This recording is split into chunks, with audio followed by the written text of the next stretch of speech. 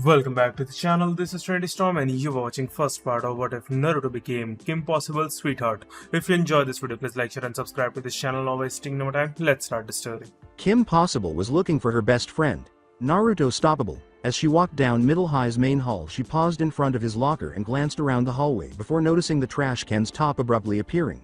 It was fastened to her best friend's head, who had vanished wearing camouflage fatigues and looking around through binoculars. He had thickened the whisker marks on his face with eye black. Suddenly, Delta Bravo, this is Alpha Fox main hall is still clear, over. Naruto whipped out a walkie-talkie. That's big a 10-4 Alpha Fox sending back Lieutenant Alpha with the goods, over. Naruto said, copy that, Delta Bravo. What are you doing, Naruto? Asked Kim, prodding the top of the trash can. KP, it's Spirit Week. You know what that means. Naruto waved her away. Not another prank war, the redhead said with a grimace. Suddenly, a small rope fell down and a ceiling tile above them slid back with a little bag of water balloons slung over his shoulder. A nude mole rat scuttled down the rope. Rufus. Nice. Naruto cried. And you've got Rufus in on it too? Kim sighed. Rufus squeaked. Uh-huh. Big fun, Rufus rules Kim, Naruto shrugged. Is the best ninja pet ever. Kim rolled her eyes and said, I know. KP. You might want to leave in 10 minutes or so. KP? Kim? Kimimaro? Pandaru? The blonde sighed, sorry KP. But not even being your not-so-secret crush exempts him from the prank war. The redhead had frozen up, a silly smile on her face, as Naruto turned to see what could have captured her interest so thoroughly across the hall. Josh Mankey was hanging up a poster. The redhead had already vanished when the blonde turned back, but he had suddenly materialized at Josh's side. Kim does not have a fandom. Kim doesn't have a fandom, Naruto repeatedly chanted. Kim is not a fangirl, in the hopes of brainwashing himself into genuinely accepting it. Josh felt someone approaching him from behind across the hall, but he was too focused on his poster to notice. Hey, what does this say to you? Kim started to say, well, but Josh interrupted her as he turned around and recognized her. Hey, I take it you're Kim Possible? Yeah, Josh interrupted her once more.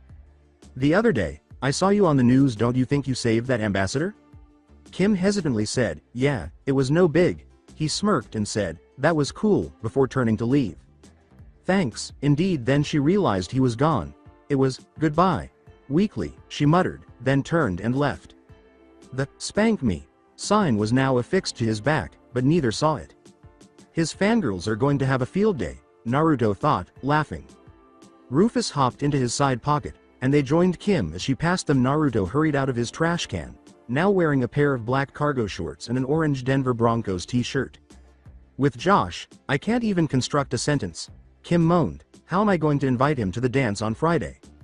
Thanks for the heads up there, Kim. Naruto snorted. If you had waited until the last minute to inform me that I needed to arrange my own date, it could have been quite awkward. Yes, I am aware that we have always been friends. However, I thought it would be nice if we could go on actual dates this time. Do you agree? Kim inquired. It's not very important. All I wanted was a little heads up. However, Naruto and Rufus shuddered at the idea of someone else receiving the space probe speech from your father and the I can kill you and make it look like natural causes. Look from your mother. Who are you going to ask, then? Kim asked, smiling mischievously. Naruto sighed, well, my dream date would be Bonnie, but I think I'll settle for Shigo. Kim laughed and gave him a light shoulder punch, saying, very funny, Naruto. You're correct, I ought to choose both. After that, we could go out again with you and Mankey, Naruto said. Kim burst out laughing with a scowl and an irritated tone. Naruto said, hey, I'm dead serious here. Kim stopped laughing and gave him a horrified look. Naruto erupted in laughter, saying, oh, I had you. Not funny, Naruto, pouted Kim. Then she heard her communicator beep. Wade, what's up? Kim inquired. Wade answered, meet me at your locker. Wade reappeared on the hidden computer screen as they hurried to her locker, where Kim rolled through the combination and opened the locker. The site has been receiving so many hits that you guys won't believe it. Everyone is looking for your assistance, the young genius exclaimed. Naruto began looking through the computer's mission printouts, saying, where is Tora, the missing cat? For this week, there are already 3 of them. The thought of the little hellion made Kim shudder, and she said, never again. Oh, is this Tokyo? Japan, it's time for some ramen? Naruto said. Yes. Rufus squeaked as he gave Naruto a high five and they began their victory dance. How quickly can we arrive there, then? Drooling at the idea of ramen, Naruto asked. Can we at least see what the mission is first, Wade? Said Kim, rolling her eyes. Yes, it looks like an emergency. This is the security footage, Wade said. The brief video showed a blue-skinned man swinging past a helicopter before it ended. Kim ordered, rewind and freeze on that guy, Wade. The video eventually froze on a very familiar face, Dr. Drakken. Whistling, Naruto said, your arch-nemesis. Kim looked at him curiously and said, you mean our arch-enemy? Just yours, please, he says. Kim, possible, you think you're all that, but you're not, whenever we kick his butt. In addition, Shigo despises you as well, Naruto said, impersonating a dead on Drakken. Actually, I doubt that either of them is familiar with my name. Of course they do, Kim said, giving him a shoulder pat. You're running around hitting his self-destruct button half the time. With a proud thump of his chest, Naruto declared, I have incredible track skills, Middleton's bald man. You need to stop listening to rap music, it rots your brain, Kim said, perspiring. Word, Kim, Naruto said, nodding word as she shut the locker. Kim shook her head and said, anyway, let's take off. Was it a school night when I heard Tokyo? I did, Datbeo, indeed, Naruto cheered. Taking a sip of his fruity drink while leaning back in the seat of the private jet with an umbrella, Naruto exclaimed, this is the life, Datbeo. Yep, said Rufus, nodding in agreement. Kim thanked their driver politely, saying, thanks for the lift, Bertina. Kim, of course, it's the least I could do after you saved my Chicago show, Bertina cried.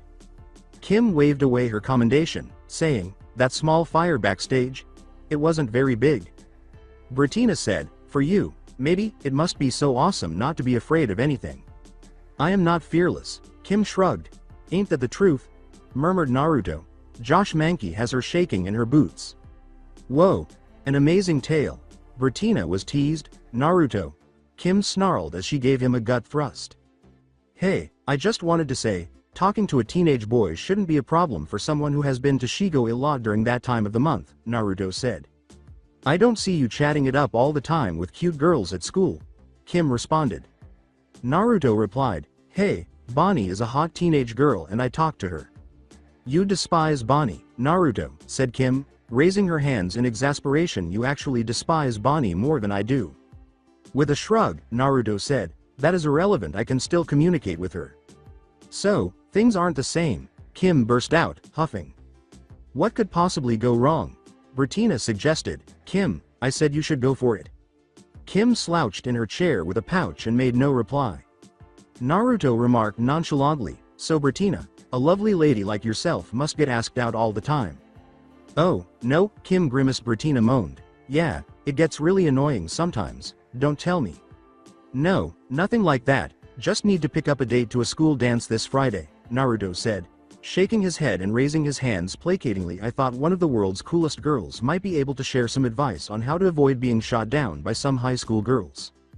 Bertina's eyes glowed and she asked, where do I start? One guy once made an attempt to. Phew. For a second there, I thought he was going to ask her to the dance. Kim sighed as Bertina went into gossip mode and Naruto suddenly pulled out a notepad and began taking notes. Japan. Naruto exclaimed, this place just calls out to me, Datbeo, as he inhaled deeply. Naruto, hurry up. Kim pulled him to the front of the orange building, where helicopters were still flying around it, and said, they're over here.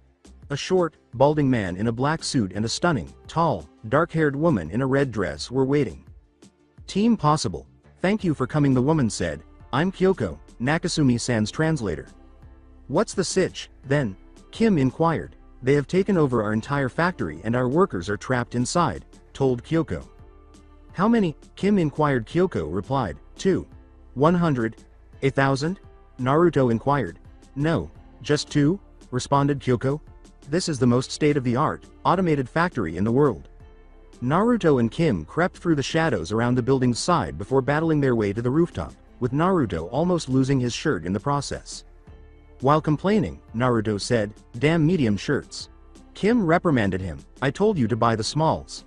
Kim, only extremely muscular men wear smalls, Naruto retorted, it's not worth it if you're not ripped like brick. Rolling her eyes, Kim said, whatever. After crawling across the roof, The two made their way to the glass ceiling so they could look inside. Why would Drakken infiltrate a factory that produces video games? Kim was perplexed. Everyone is aware that the best technology is being redirected into video games. Kim, Naruto reprimanded him. Kim looked at him blankly. Hey, where do you think your brothers get their best scrap computer parts from? Shrugged Naruto. Rufus nodded in agreement as he prodded his head out of Naruto's pocket, saying, uh-huh. Kim shook her head and smiled, muttering, tweebs. Before his eyes glowed, Naruto muttered, yep, the next-gen graphics system Z-Boy is what he's after. He wants to take over World of Warcraft. Kim looked at him doubtfully and said, I know Drakken, he aspires to rule the real world. Well, I'd take over the World of Warcraft if I were in his shoes, murmured Naruto. Kim laughed, and that would still make you a better supervillain than Drakken. As Drakken and his henchmen continued their work below, the two teenage heroes and the nude mole rat quietly descended into the factory, where henchmen were positioned at every stage of the main assembly line, diligently extracting the desired pieces of technology. I'll free the hostages, you do what you do best, said Kim. Make the supervillain go crazy? Oh, you're too familiar with me, said Naruto, smiling. Thank you and please, Kim responded as she approached the hostages covertly. The assembly line progress monitors were already performing Naruto's duties for him as the heroes leapt into action. Konnichiwa. Why can't you turn off that damn thing? Drakken yelled. When the hostages shook their heads no, Drakken became enraged and started kicking a henchman in the back. Work it with a greasy elbow. When Shigo tapped the insane scientist on the shoulder, he almost suffered a heart attack. Don't come at me like that. In defiance, Shigo sneered, I wasn't sneaking. Ninjas make more noise than you, Shigo. Quit it, Drakken said, not buying it. Hey, as this device turned on, the assembly line monitors all cut out and zoomed in on a microphone as Naruto's voice called out and Seinfeld music began to play through the communicator. I know that voice, Drakken muttered. It's Kim Possible's insane sidekick, Shigo said, rolling her eyes in frustration. So, what's the deal with KFC hot wings? Naruto's face appeared on the screen. They don't even give you a whole wing, and they're not that attractive. Rufus imitated the sound effects of the drums, saying, Bod dum ch. As she emerged behind the hostages and used her laser lipstick to cut them free, Kim shushed them. And what's the cheese steak situation? Is it cheese or is it a steak? Naruto went on. People, make up your minds. Folks, I'll be here all night. Boo! Shigo yelled. Yes, it's time to remove this comedian from the stage. The blonde and mole rat were nowhere to be seen when the henchman drove a forklift straight through a pile of empty boxes and into Naruto's location, declaring Drakken. Are you trying to find us? You'll need to perform better? From the rafters above, Naruto gloated. Yes. Rufus added, too simple. Shigo exclaimed as she blasted him, causing him to plunge into a stack of boxes beneath. Naruto! Kim shouted, is Kim Possible? Drakken snapped. Drakken! Shigo screamed, trying to stop him from launching into his typical tirade. So Shigo, you doing anything this fry? Said Naruto. Emerging from the pile of boxes he dove into without getting hurt. Naruto! Called out Kim, glaring at him like, what the hell? Just kidding, said Naruto as he raised his hands in placating manner. He then gave one last look at Shigo, or was I? Drakken complained, I'd forgotten how annoying the sidekick was. Additionally, I had forgotten how small your feet are. Everyone in the room had to fight back a chuckle when Naruto said, I must be really hard for you to pick up women. Be quiet, buffoon. Drakken shouted, Naruto. My name is that who has a tic-tac for this guy? Naruto joked. Kim Possible. Drakken turned to Kim and complained, I seem to be at a dead end with this one, so I'll try over here. You believe you can foil my scheme? Shigo moaned, do not stop to tell her the plan. She was dismissed by Drakken, who said, I've got this covered, Shigo. Shigo reminded him, every time you pause to announce the big plan, she wins. All right, I'm fine. The glass ceiling broke, exposing a helicopter hovering above, and Drakken complained as he took out a remote control and pushed the button. A number of thick cables fell through the roof, and the henchmen all connected them to the factory machinery. Come on, Shigo ordered as the helicopter ripped the assembly line straight off the floor. Drakken, and the henchmen moved into the middle of the room. Drakken escaped with unrelenting, maniacal laughter, leaving Kim and Naruto stunned as they flew away. So, no jetpacks for escape? Naruto inquired with a sigh, Kim said. No escape jetpacks? Huh, Naruto said, nodding. The twins should have accepted that offer at that time. Kim showed up at the breakfast table the following morning, a little down, and took a seat across from her father, who was reading the morning paper. It's unbelievable. An entire factory was stolen by this insane scientist Drakken. James yelled. It appears that 2 employees were saved by Team Possible, the well-known teen heroes. Well done, honey. Yes, but we still need to figure out Drakken's plan because he managed to escape, Kim complained, and there's the whole Josh thing. Who is Josh? Another crazy scientist? Her father inquired. No, father, I want to take Josh to the dance because he's so cute, Kim said. As he removed the paper from his face, James arched an eyebrow and said, I assumed you and your friend Naruto attended those kinds of school events together? Indeed, but we've decided that we're too old to go on actual dates and the whole friend thing anymore. Josh is a hottie, and Naruto is Naruto, Kim cried out. Before swiftly shifting the topic, James Possible nearly drank his morning coffee through the wrong pipe. Ahem. With this Drakken thing, I wouldn't give up so easily. I believe you ought to return to the case immediately. Additionally, there is no longer any hottie chat at breakfast. Who is attractive? As she walked over to the breakfast table, Ann Possible asked. James cautioned, this is the breakfast table, no more hottie talk. Ignoring her father, Kim said, Josh Mankey, aha. Kim has a partner. Kim has a partner. Jim and Tim joined the table and were taunted. Kim complained, don't make me hurt you. With a stern look, Ann told her sons, eat your cereal, boys. This Josh is cute, then? Ann inquired. According to Kim, he's golden, Mom. Golden? Ann asked her husband. Isn't that good? James turned back to the paper and said, don't know and don't want to know. Kim began listing Josh's many positive traits, saying things like, Josh is just so cool, and smart, and talented, and kind of quiet. Her train of thought was interrupted by Tim's impolite slurp. Pardon me. You have the same lack of manners as Naruto. Tim and Jim give each other a high five, saying, wonderful. The statement, that wasn't compliment, was rolled out by Kim. Are you curious about my opinion? Tim inquired. Kim scowled at him and said, no, you should just have Naruto do it for you. He replied. He's cool and doesn't hesitate to express himself to others. In addition, he can mimic almost anyone. He could even pose as you on the phone, Jim continued. Your principal has been getting anonymous voicemails, James said, squinting his eyes. Gotta go, as the twins disappeared from the table, they cried out. Asking out a boy is like diving into a really cold pool, Ann said, putting a reassuring hand on her daughter's shoulder. Take a deep breath and then jump in. Kim slammed her locker shut and declared, I'm going to ask Josh to the dance before this day is over. Yeah, good luck with that. Naruto laughed. You must owe me a favor in order for me to grease the wheels for you.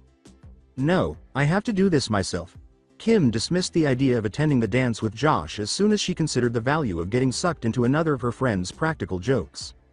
As Josh hung a poster across the hall, Naruto nodded and said, now is as good a time as any. You're right. Wish me luck. Sadly for Kim, Josh was separated from her by the time they left, as the bell rang and a swarm of students rushed across the hall.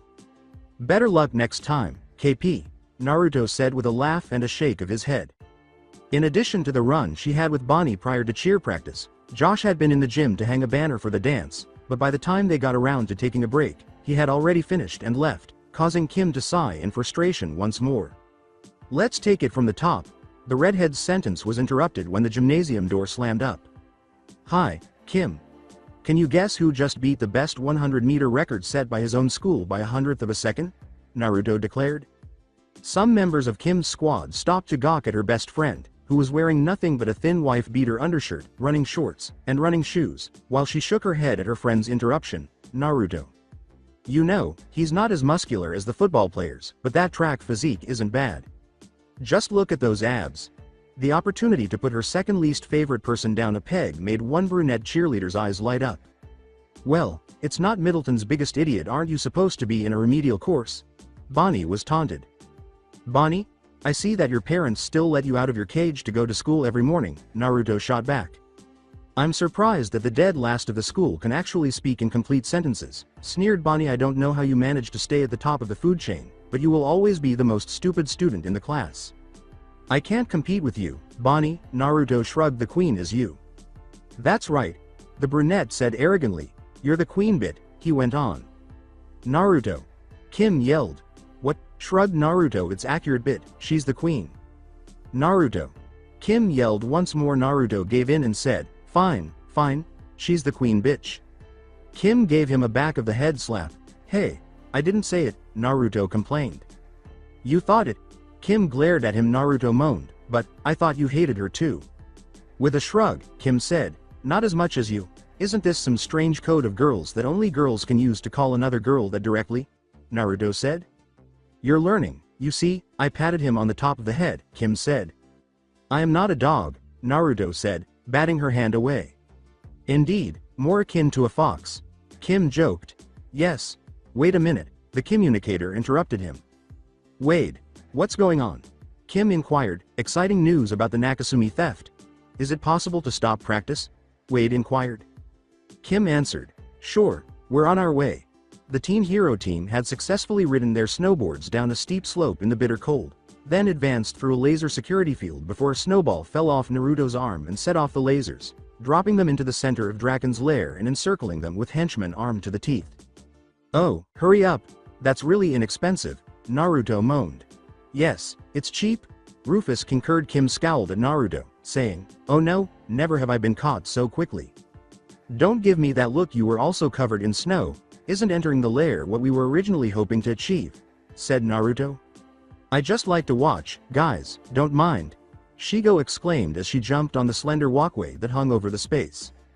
Oh, Naruto smiled. Really? Okay. So, as she jumped across the lair and up to the walkway to confront Shigo, Kim interrupted him, saying, so, not the time, Naruto. After shrugging, Naruto grinned at the henchmen encircling him and said, I almost feel sorry for you guys. A horde of henchmen against little old me. Who am I to deny you, gentlemen? I was going to save this for Bonnie. When he put on a gas mask and dropped 2 smoke bombs on the floor, only one of them was a smoke bomb. Sadly, the henchmen all stared at him as if he were crazy, and a foul stench filled the ground floor, and they all fell like flies. Wade Lode's proprietary stink recipe. Don't leave home without it. As he raised his mask, Naruto exclaimed. Pu. Rufus squeaked in agreement. Kim and Shigo weren't getting along as well. After avoiding a few of the superpowered villain's blows, the redhead nearly fell off the walkway, barely holding on with her hand. Kimmy, how does second place taste? Shigo was taunted, but Kim was able to flip back up onto the walkway. Duck, KP. As he threw a stink bomb, Naruto yelled, the redhead ducked, and Shigo received a full dose of stink gas in the face. Oh, dude. Shigo moaned as she fainted from the stench. What is that stench? As she retreated from Shigo, Kim held her nose and said, I'm so glad we never went with Wade's fake lip gloss idea. When Kim returned to the ground floor, Naruto asked, now where's Twinkle Toes? Immediately, Drakken appeared in a robotic pod and said, ah, my teenage foe and the other guy. I told you that Kim is your biggest enemy, not mine. Not even my name comes to mind. And your takeover the world plan stinks. Complained Naruto. Conquer the world of Warcraft instead of occupying the entire planet. What is this Warcraft world you're talking about? Drakken demanded. There's just no hope for you, is there? Naruto sighed as his face fell. You have nothing on this in your Warcraft world. Watch as this cutting-edge assembly line transforms into the ultimate robot warrior, Drakken roared. Naruto bluntly retorted, dude, even a Warcraft noob could beat a piece of junk like this. Said Rufus, nodding in agreement. Oh, I see. So, Naruto, it's not the time, Kim shouted, and she pulled them aside before Drakken's robot ran them over. Drakken then turned on the robot's blasters, but Kim's skill and Naruto's agility kept them safe at all times. Why did they have to be track stars and cheerleaders? They would have finished by now if they were in the science club, Drakken grumbled. Both Kim and Naruto hid from Drakken by diving behind a huge crate. Kim activated the communicator and said, Wade, we've got a giant robot warrior on our hands. I've got the blueprints to the Nakasumi assembly line here, responded Wade. Nakasumi installed an override into the machinery. If it worked for the assembly line, it should work for the robot. Yes, but where can I find it? Naruto inquired. You keep him occupied, so I'll find it, Kim yelled as he jumped out from behind the crate. Is Kim possible? The moment Drakken saw her, he roared. Hey, Drakken! Naruto screamed. What? Naruto, brandishing a water hose, foolishly turned the robot around, obstructing his vision by blasting the viewing shield with water.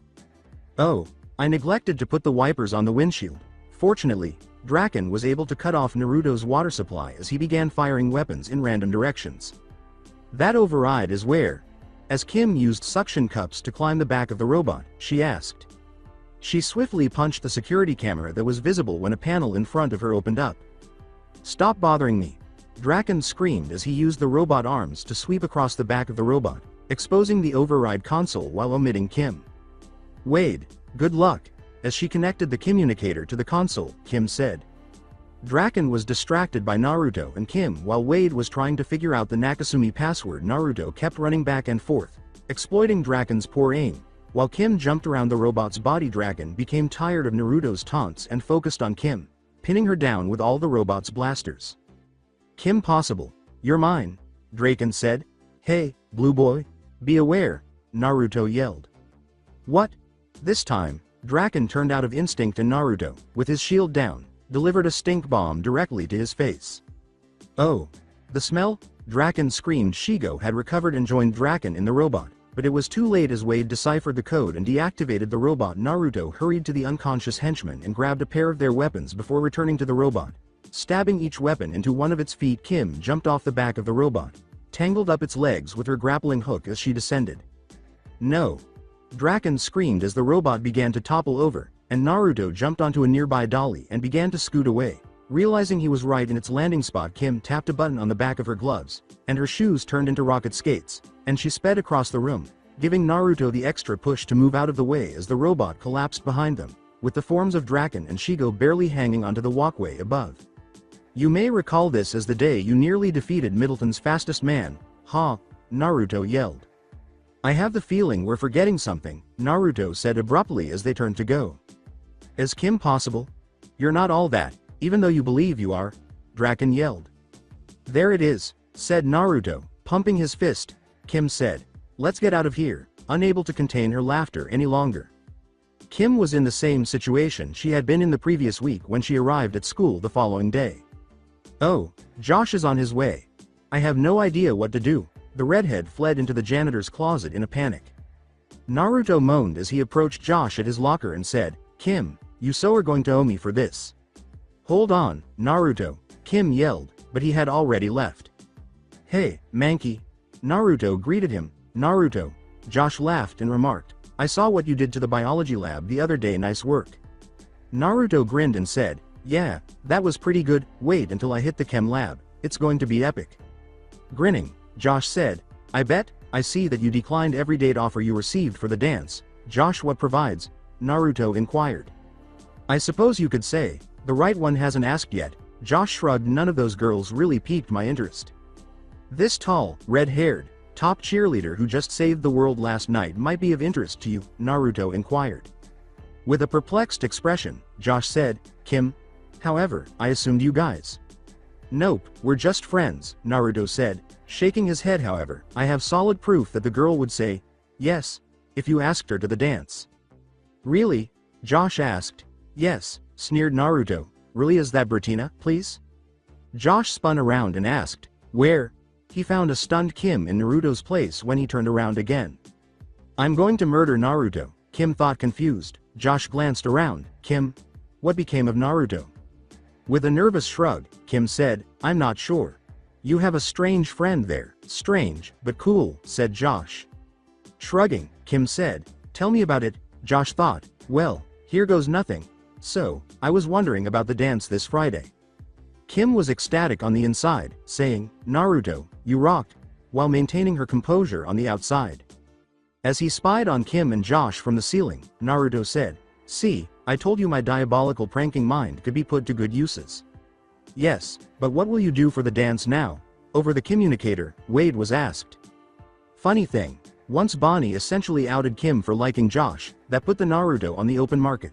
Naruto said thoughtfully, they all believed Kim had the upper hand on me for some reason, which is strange considering that we are only friends, it's very clear.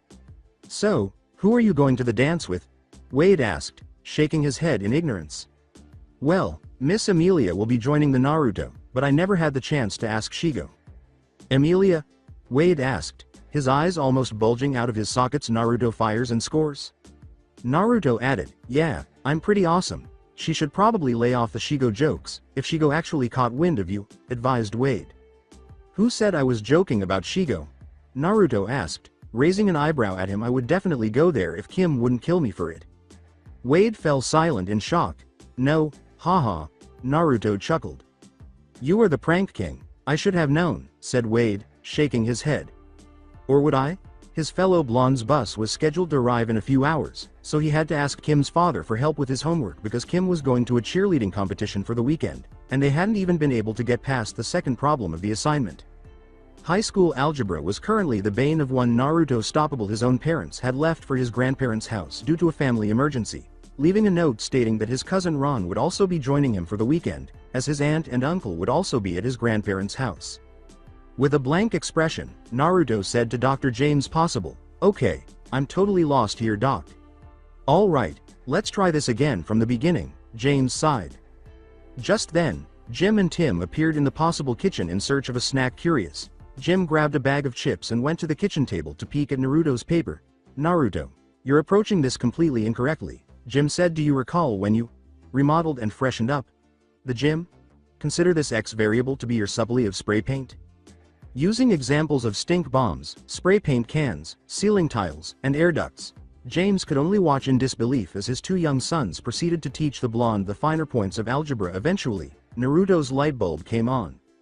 "As a world-renowned rocket scientist, I am unable to assist my daughter's best friend with high school math, but my twin 10-year-old sons are able to do so," James said, shaking his head. "Is experience no longer worth anything?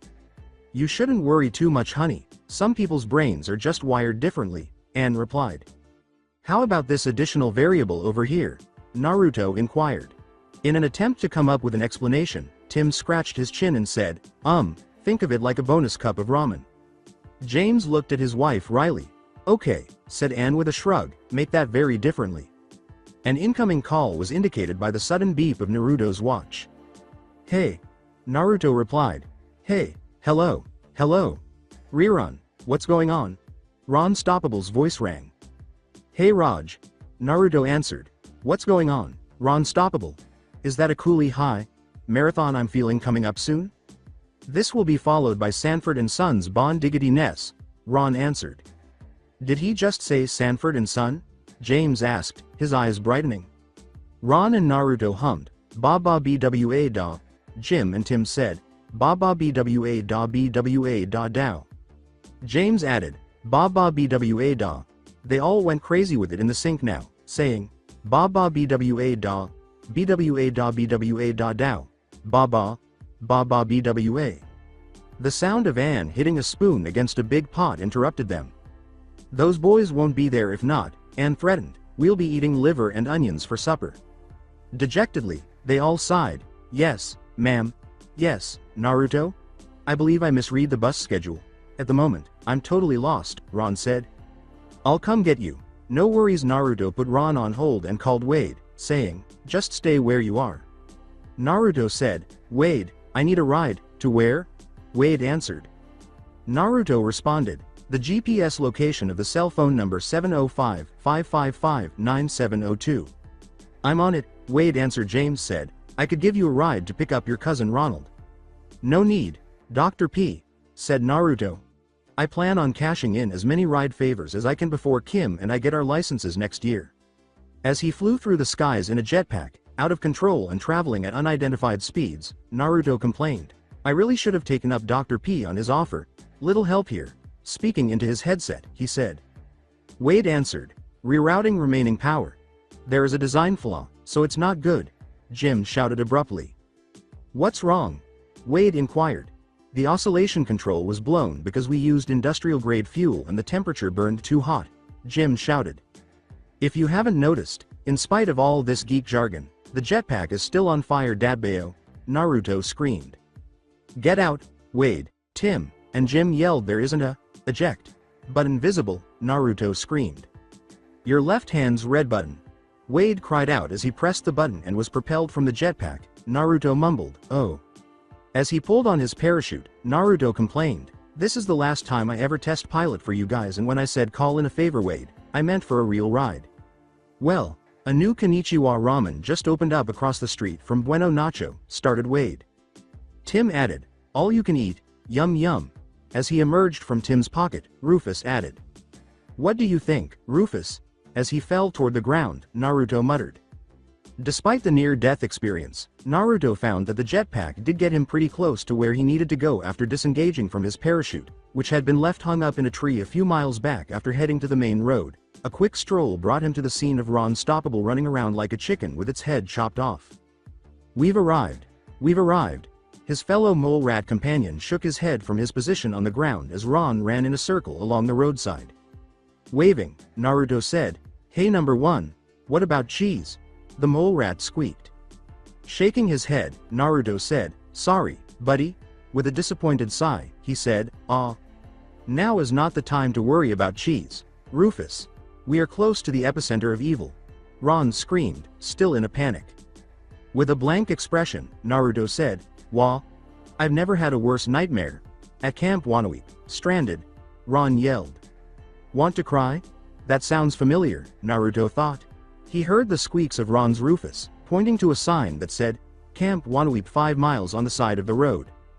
At last, Naruto realized, oh, yeah, I recall playing a lot of practical jokes there with the guys from Camp Tough Enough. Enjoyable times, Dadbao. You're correct. Ron leapt behind Naruto out of nowhere and said, You can defeat the evil. Waniweep, you won't win me over again. Naruto mumbled, Okay, I really need to snap him out this sale at Smarty Mart? Ron persisted in his absurd tirade. Knockos for free, Naruto yelled. Ron abruptly stopped talking and said, Knockos? Where? At last, Naruto moaned, Dude, let's leave this place, I'd like to see Sanford and Son. Naruto tried to call Wade back by clicking his watch, but he was unable to receive a signal. What the hell, man? Wade claimed that this device had satellite coverage, right? Check your cell, Ron. When the freckled blonde took out his phone, he discovered that it was dead. No reception. I'm telling you, it's Waniweep. In an attempt to gain some reception, Naruto began to walk back in the direction he had come from, muttering, This going to be a long day. Go, crazy dogs. Mad dogs. Go, go, go. Dogs, mad dogs. Go, go. As their bus raced down the road, the Middleton cheerleaders were applauded. Girls, let's keep some of that energy for the competition. Vice Principal Steve Barkin, who was furious, gave the order from the driver's seat. At least I don't have to deal with Stoppable. Barkin sighed as the cheering practice turned into a heated gossip session. Hey, come on over.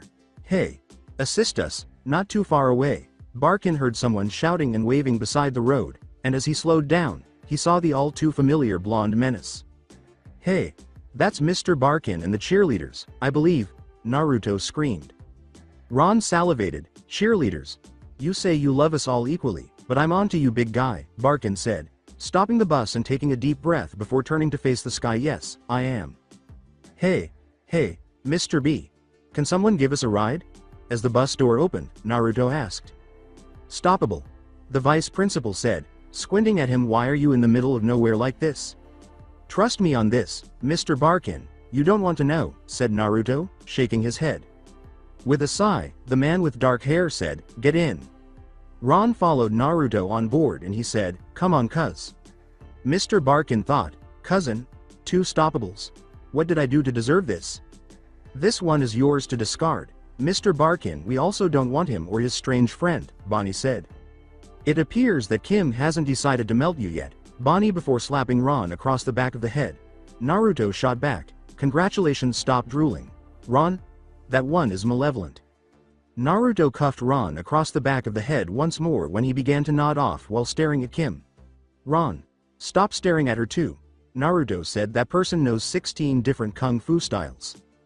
Before looking at Terra, Ron rubbed the back of his head and asked, What about her? Is she safe? Are you okay, Terra?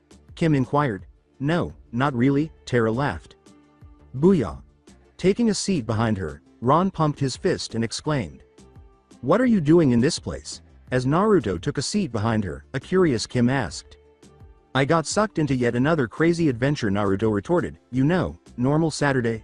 Rufus is probably disappointed that he was unable to attend this one. If your mother doesn't make ramen again, that is I'm then losing out. The Rufus on Ron's shoulder was pointed out by Kim, who said, What are you talking about? Rufus is right there. Rolling his eyes, Naruto said, That's Ron's Rufus, KP. Kim looked at them impatiently and said, you both gave the same name to your identical pets? Everyone knows that all naked mole rats are named Rufus, Kim, said Naruto. In agreement, Ron nodded, saying, it's like a universal law. Rufus's third whisker is a centimeter shorter than his brother's, and they are not identical. Naruto said, I call his Rufus, number 1, because he's Rufus I. And I call his Rufus, Duese, because he's Rufus 2, said Ron. The biggest loser ever and the biggest idiot ever, what a family, Bonnie declared, and I'm going to call the two of you idiots because, well, that's self-explanatory. Hey, put an end to Rockwaller. Nobody is allowed to speak negatively about my family, Naruto screamed. Bonnie started to say, as if, but Naruto interrupted. With wild eyes, the blonde asked, are you ready for me to explore the fascinating subject of the Rockwaller sisters? Bonnie squinted at him and said, you wouldn't. Naruto challenged him, try me. Bonnie slouched back into her seat and complained, whatever. Hey. Hello. You're headed in the wrong direction, Mr. Driver dude. We should be leaving Camp Waniweep by car, Ron said. This is the route to the stoppable number 2 competition. You will have to spend the weekend with us, Mr. Barkin said. This is awful, no marathon of Sanford and Son, Naruto complained. Look at evil. Our plans for Sanford and Son were ruined by them, Ron yelled. Silence down there, or are you up for some more homework? Mr. Barkin was threatened. But Naruto shook his head and clamped his hand over Ron's mouth. It makes no difference if you choose not to attend our school. He will nevertheless require you to complete it and submit it to a teacher at your school for a grade. Extra homework is mastered by this man.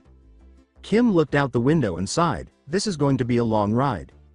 The bus ran over some spikes and blew out its tires as soon as she said this. Hold on, folks. Steve Barkin's watch does not permit bus wiping out. At the entrance to Camp Waniweep, Mr. Barkin safely brought them to a stop after struggling to control the steering wheel. All right, let me know if you're hurting anyone. Mr. Barkin gave the order. I'm all right, I'm fine, I'm doing fine. Good over here, except for one person, everyone was all right. Naruto whispered, man down, over here. Everyone turned and gasped when they saw the blonde who had been flung crotch first into a bus seat corner. Do you have a big ice pack? No. All right, I'm about to faint. The group had to call for help because the bus had 2 flats, but none of their cell phones could get service, and the communicator wasn't working either. Just like Naruto's watch earlier, Ron led them to the payphone while he told them about the atrocities of Camp Waniweep, and Naruto hobbled along with Mr. Barkin's help. Kim put the phone back on the receiver and moaned, out of order. I don't like this, Mr. Barkin muttered. Evil's location, in a spooky sing-song voice, Ron said. With a hint of panic in her voice, Tara said, this is just like those horror movies. A group of innocent teens stranded in the middle of nowhere. Then, one by one, some jerk begins to kill them. So, not the drama, Tara, Kim said, rolling her eyes. This isn't a scary film. Yeah, if this were a horror movie, the boy selection would be way better than the dead last and his bizarro cousin, said Bonnie. The group is known as Camp Waniweep for a reason, Ron cautioned. Oh, don't be afraid. You are facing a highly skilled survival specialist, Naruto said. The legendary Naruto Stoppable was the proud resident of Tough Enough Summer Military Academy, which is located directly across that ridge, while my poor cousin was stuck at Weirdo Camp. You were sent to boot camp, right? Tara inquired. Pulling a stink bomb from his pocket and tanking aim, Naruto temporarily ignored her question and said, there's something in that bush, Datbayo. Kim grabbed the stink bomb from him and said, squirrels are not a good enough reason to subject everyone here to stink gas. Unexpectedly, Naruto produced a notebook and wrote, note to self, ask Wade to make non-super stink version of knockout gas. Mr. Barkin ordered everyone to, come on people, let's make start fire to keep ourselves warm.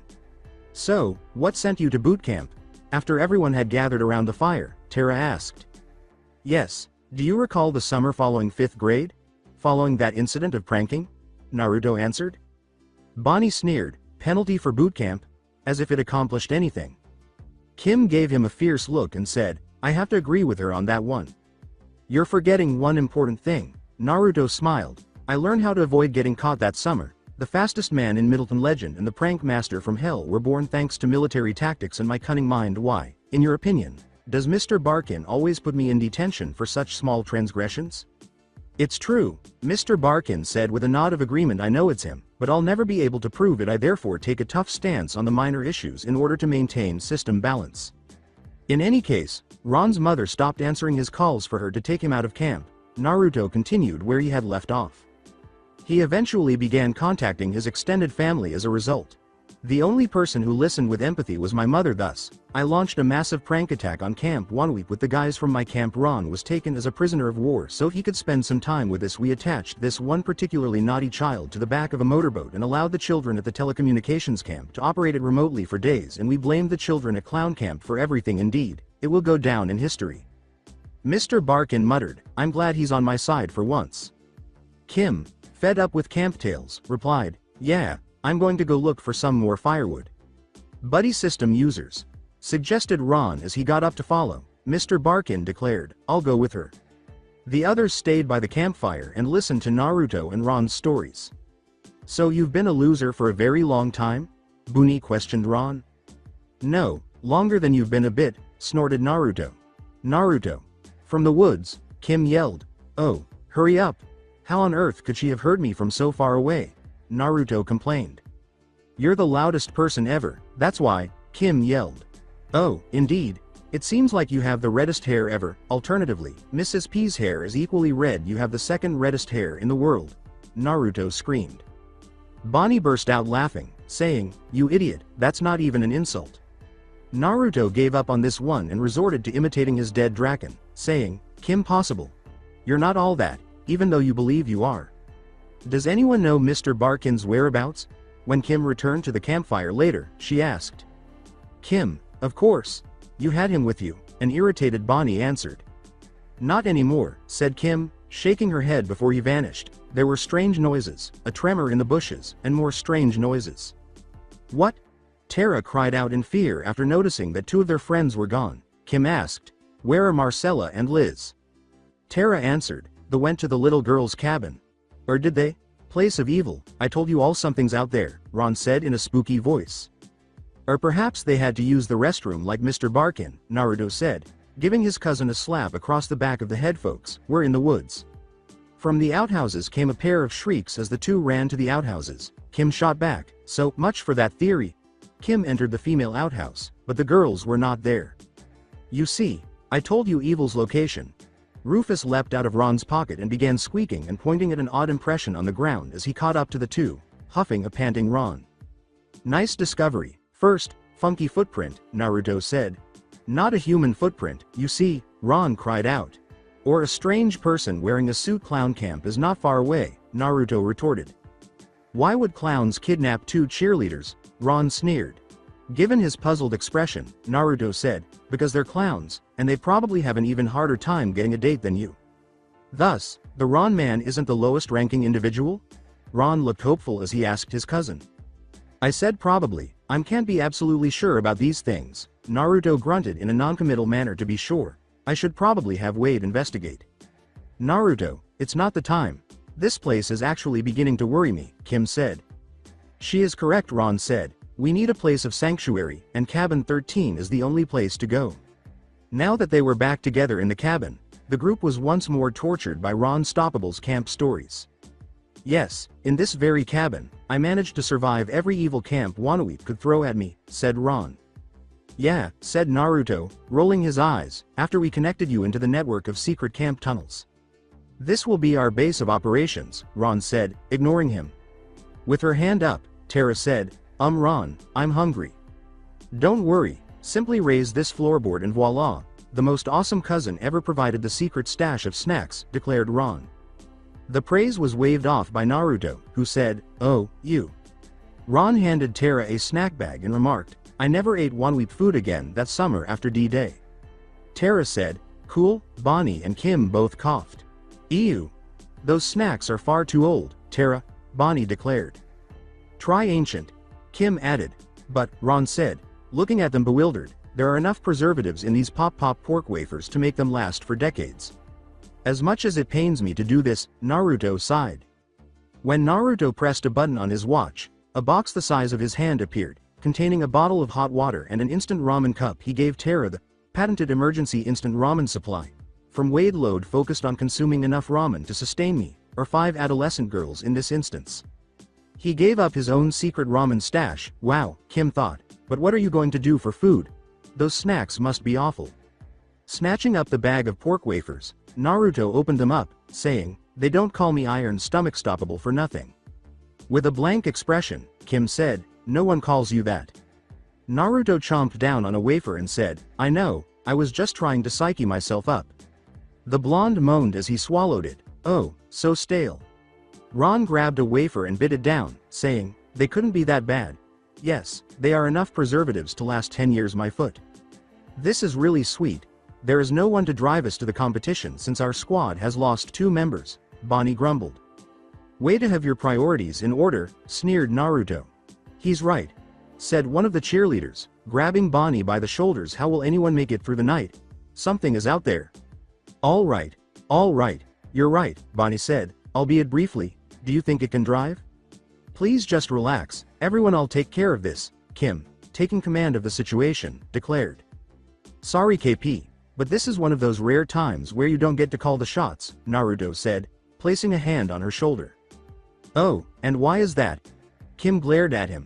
"This is not a job for Team Possible," Naruto reminded him, "because only 2 people here know the lay of the land. For the unstoppable stoppables, this is a job." Ron nodded his agreement, thinking, it's like the World of Warcraft coming to life. "Yes, this is our operation." "God help us all." Bonnie muttered with a sigh. Kim said, "Naruto, be serious." "Am I not wearing the serious face, Ron?" Naruto asked his cousin. Ron answered, "We've both got the serious face." "Let's do this," Naruto said. The yell of Vice Principal Steve Barkin interrupted their train of thought. "Possibly. Unstoppable. Get out here, someone." Then Mr. Barkin shouted. "Hey." Barkin went to the restroom, "I told you." As the 3 of them dashed outside, Naruto yelled. They discovered Mr. Barkin running toward them along the path, his shoulders toes covered in green muck. When Ron saw him, he almost shuddered. "What happened to you?" "It was leaking and dripping mud." Mr. Barkin moaned. "Oh, it was terrible." "And just what is it?" Naruto inquired. Barkin shuddered. "I can't even begin to describe this creature. It's so strange and repulsive, the mere idea of picturing it makes me sick." "Yuck." Ron and Rufus shouted as she turned to return to the cabin. Kim waved away their disdain, saying, "Come on, I'm sure we've faced worse." "Yeah, nothing is scarier than Shigo during that time of the month," Naruto said, nodding in agreement. "I promise you nothing." "You did say oozing muck, didn't you?" Kim stopped abruptly. Bonnie, Tara, and the other cheerleaders came shrieking and thudding from the cabin. "It has arrived," Ron yelled. When the cabin suddenly started to strain and expand, they all ran back to it, but stopped just outside of it. They watched in disbelief as the cabin exploded at the seams, releasing green muck, and when the muck cleared out, they saw a strange creature, some kind of green humanoid swamp fish, standing in the center of the cheerleaders, breathing heavily. All of the girls had been pinned to walls and other structures with the same muck that was covering Mr. Barkin. Mr. Barkin said, "That's the guy, Naruto. I told you so. The man is a freak of some kind," Ron declared, and Rufus squealed in agreement. Shaking his head, Naruto said, "Meh, Shigo is still scarier." "Squeebs, I heard that. Do you recall me?" He turned around and yelled, "Muck mutant." "Nope," Naruto answered. Ron said, not ringing a bell. "Stoppables, please think. You and I took turns. Ron, you took my arts and crafts, and I took your swim time. I was glued to the back of that boat by you. A week passed before someone from the science camp came down to rescue me," he shouted. Everyone started to perspire when Naruto said, "So those must have been the guys to get that glue patent before Wade." "You're Gil, aren't you?" Ron cried out. "Gil?" Mr. Barkin said, staring at him blankly. "Who is Gil?" Shrugged. Kim asked. Naruto began naming people, saying, "Gilmesh. No, perhaps it's an abbreviation for Gilbert Great? Gilbert Arenas, huh? It doesn't have any guns, but I do. Gottfried. Gilbert. You've been hiding here, then can you do the Aflac thing, please?" "Neither Gilbert nor Gil are there anymore. My name is Gil," Gil said. Everybody stared at him blankly as Naruto put it, "I don't get it." "Gil." As if on a fish, Gil yelled, "You added another L, right?" "Whoop," Kim said dryly, "what's the big deal?" "Oh, I'm not sure. What about these things that developed as a result of my mutation?" Gil yelled, pulling at his gills. So, you went from gill to gill and you grew a couple gills. Naruto shrugged a huge whoop. Do you want to argue about it? I do. In fact, Gil pinned Kim and Mr. Barkin to trees as two streams of muck erupted. Ew! Exclaimed the redhead in disgust. Horrible. Looking at the mutant with narrowed eyes, Naruto said, Gil, what do you want? Isn't it clear? Get even, Gil yelled. You two fools destroyed my life. You are the cause of my mutation. You gave me your swimming time, but then you abandoned me for a week in the water, stranded on that boat. I checked in with both of you. Everything in your lives has been going well. Just opened up a bueno nacho close to my house, so I can't complain, responded Ron. They just opened up a konnichiwa ramen next to the bueno nacho in Middleton, so I can't complain either, said Naruto. Have you ever heard why this camp was shut down? Gil asked. Ron answered, don't know, with a shrug. Naruto said, don't care. Runoff from the science camp had contaminated the lake, Gil declared. I mistook that for an upstream band camp, Ron asked. Gil answered, no, band camp was the next camp up. Naruto started, you know, this one time at band camp. So, Naruto, it's not the time, Kim cried out, so I don't get to tell long, meaningless stories, but the mutant does. I understand how it is, Naruto complained. You idiot, find a way to set us free, Bonnie yelled. I'm saving you last for that, Naruto shot back. Look, this is clown camp, Ron recalled. Man, I loved those clowns. Enough. The lake was poisonous, shouted Gil. Ron looked at him blankly and said, obviously.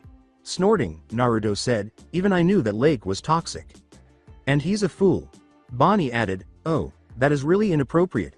Naruto responded with a shout. Look, Gil, there are many scientists in our network. Perhaps they could aid in undoing the mutation, Kim said. Science? Forget about science. This is how science made me, Gil screamed. You are solely responsible for this, said Naruto, rolling his eyes. I wouldn't have affixed you to the rear of the boat if you hadn't been making fun of Ron. Your typical exposure would not have doubled if you hadn't switched shifts with Ron. Stop talking. It's all your fault, and you will pay for it. You've already stepped into my trap quite thoroughly. Do you not wonder how I jammed all of your phones and trapped you here? Gil asked. Stolen equipment from the communications camp?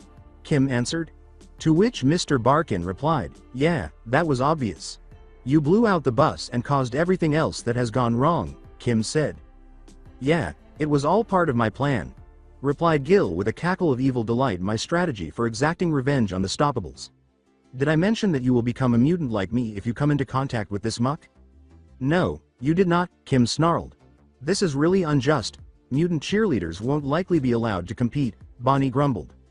And you call me an idiot, Naruto said, rolling his eyes. No competition exists after he captured Kim.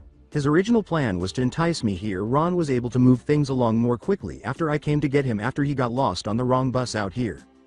You two are next. That's right, Gil was threatened. You've forgotten one thing, Gil, Naruto grinned. What is that?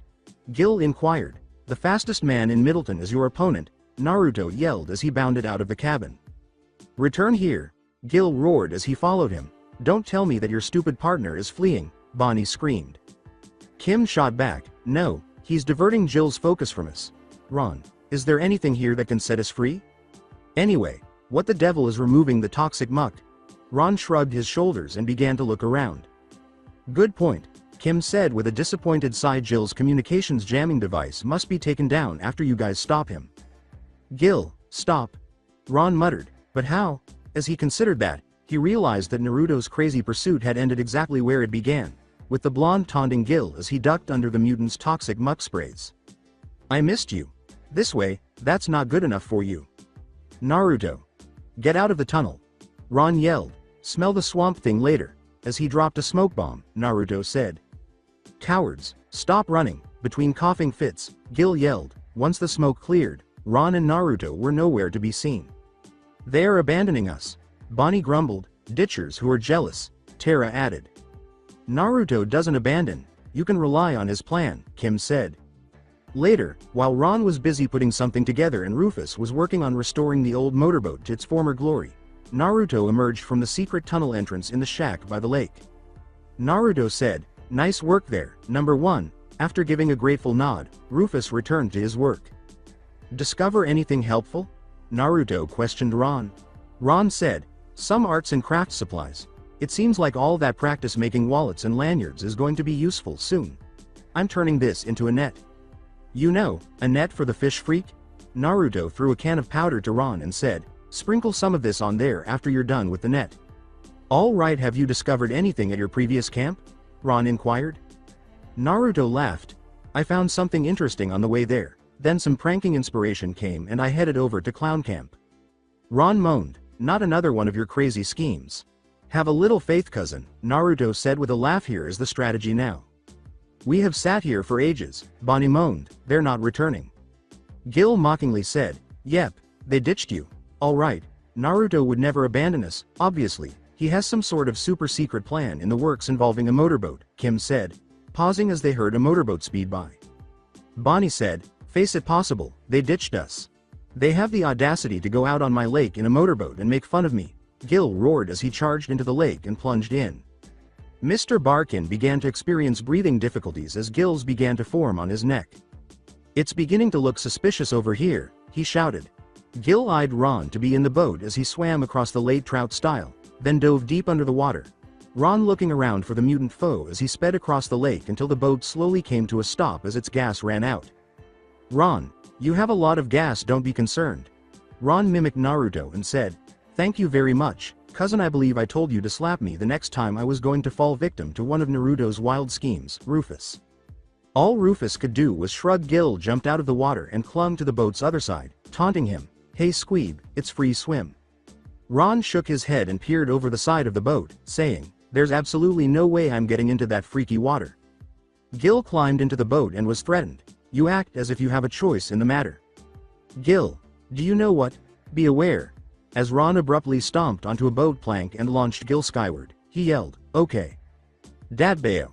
The blonde flying tackled Gil, sending the two of them across the lake and into the woods, where Gil tumbled into the brush below and Naruto slammed into a tree branch. Clown Camp sent Naruto rocking out of a human cannon at the lake's edge, he yelled. After falling off the branch and hitting the ground with a thud, Naruto moaned, oh man. He rolled onto his back and sat up to discover Gil standing again, only a dozen meters away. You are now nothing more than a sitting duck after that fall. Payback at last, Gil gloated. Wade Lode's patented stink formula, Naruto said, removing a stink bomb and tossing it up and down in his hand. The foulest thing that humanity has ever encountered, enough stench to render an adult elephant unconscious. I might miss now, but for now, everything seems to be working out for me. So, Datbayo, you need to ask yourself one question. Do I feel fortunate? Gil answered. All right, Gil. Punk, do you feel fortunate? Naruto shot back. Yes. Gil screamed as he charged, and Naruto fired, slamming the stink bomb right into his face. Ah. I can see it. It is incendiary. Gil screamed as he tripped backwards and fell into a pit trap, which had another human cannon at its base. Thanks to Clown Camp, the instant Gil stepped inside, the fuse lit on its own, and he was launched into the air. Ah. Gil struggled as he flopped around like a fish as the fish mutant screamed and flew into Ron's net that was strung up in a tree at the lake's edge. It is on fire, it itch. After rolling around for a few seconds, Gil exclaimed. Wade Lode's patented 2-for-1 burning and itching powder. Ron read the label of the can Naruto had just handed him. This Wade guy is someone I must meet. Mr. Barkin and all the girls were cleaned up and cleared from their exposure to Jill's mutation muck by the time the police and a biohazard team arrived early the following morning, and Gil was placed in a giant fishbowl and given to Dr. Lurkin, a genetic mutation specialist. Officer Hobble complimented her, saying, nice work, Miss Possible. Kim pointed to the two blondes receiving congrats from Mr. Barkin and the cheer squad and corrected, actually Officer Hobble, it was all Naruto and his cousin Ron. Really? He said, raising an eyebrow at her. I have to hear this story now? Naruto stood smiling at Bonnie as she found it difficult to thank them for what they had done, while Terra kissed Ron on the cheek and sent Blonde off to his own fantasy world while Kim gave Officer Hobble the rundown of what had happened. Don't get me wrong, you're still an idiot and your cousin is still a loser, but it would have really sucked if that guy had turned us all into mutants and you totally kicked butt and all, said Bonnie. Naruto said, say it, Bonnie begged, oh, come on. Naruto said, say it, with a little more vigor. Bonnie moaned, Naruto is ridiculously awesome. And, ask Naruto, she went on, and I'm the queen bitch. Shouting, can I get a booyah? Was Naruto. Rufus and Ron cheered, booyah. as he briefly jolted back to reality before falling asleep once more. "Hey, listen up, the police are going to give us all a ride home, let's lock and load," said Barkin. After finishing with Officer Hobble, Kim approached Naruto, who then performed a victory dance. Kim questioned, "What are you so excited about?" When Naruto pressed a button on his watch, Bonnie's voice could be heard saying, "Check out what I got on tape. Naruto is ridiculously awesome and I'm the queen bitch." The recording was erased as Kim hurriedly hit another button on his watch. Naruto moaned, "Ah." Kim was reprimanded, "Don't let it go to your head again." Naruto pounded his chest and exclaimed, "No worries, Kim, because I'm the man." Kim was taunted, saying, "Keep it up and I'll make you pay for it." "You're not going to make me fight Shigo again, are you?" Naruto asked, suddenly going pale. Claiming to check her fingernails, Kim shrugged and said, "I don't know, you were acting pretty high and mighty there." With his eyes closed, Naruto knelt down and pleaded, "Kim, I'll be good, I promise Dad Bayo." He opened his eyes to see Kim laughing at him, "Gotcha," after hearing a giggle. With a pout, Naruto said, "Very funny, Kim." Naruto rubbed his hands together and exclaimed, "You, Kim Possible, are the best friend ever.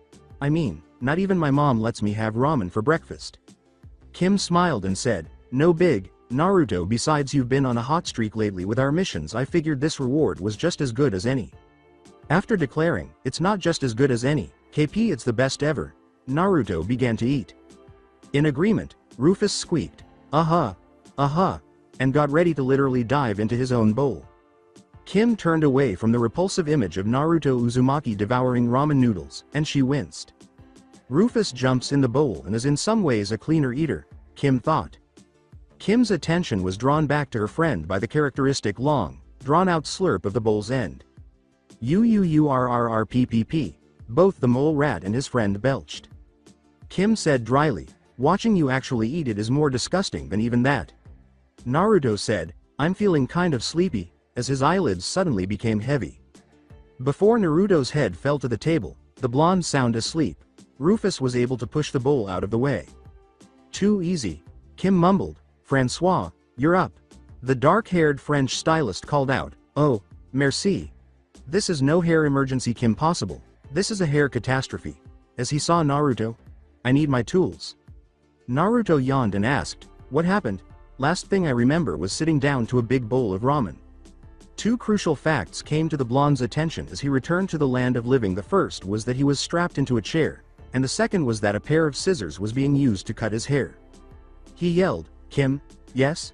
the redhead said sweetly. "Why?" he exclaimed shamefully, "Whatever I did to you." Kim was not amenable to it, saying, "Naruto, face it, you were in dire need of a haircut."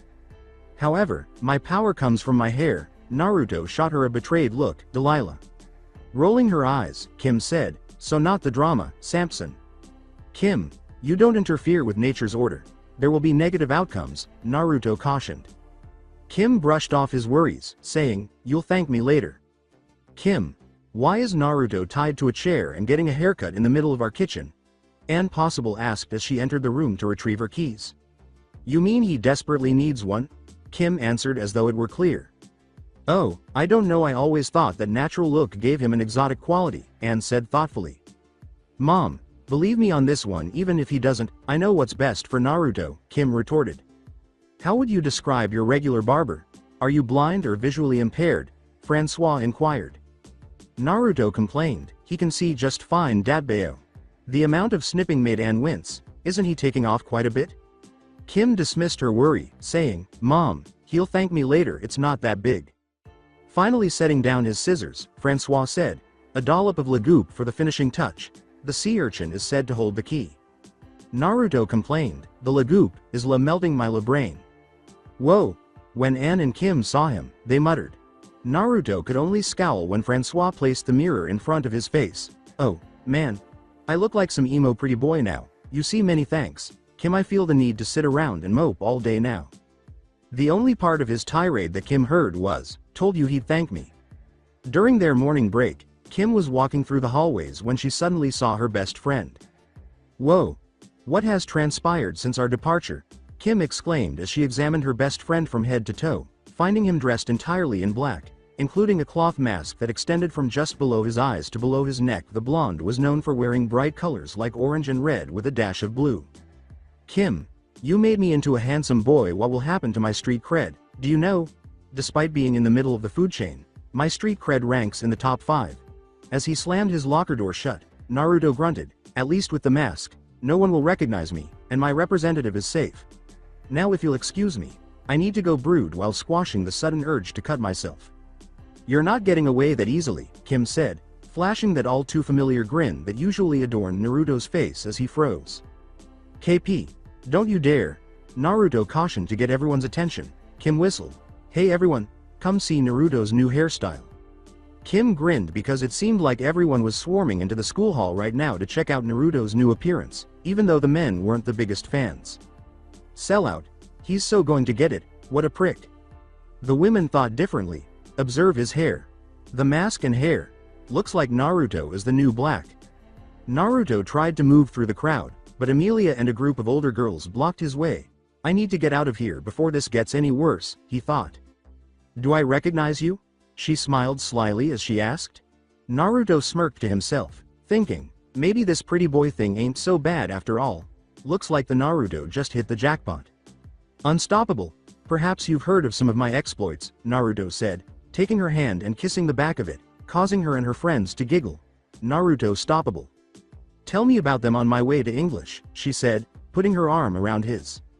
This might not have been such a good idea, was the thought that flickered into Kim's mind as she watched them leave. As soon as it appeared, the redhead brushed it off.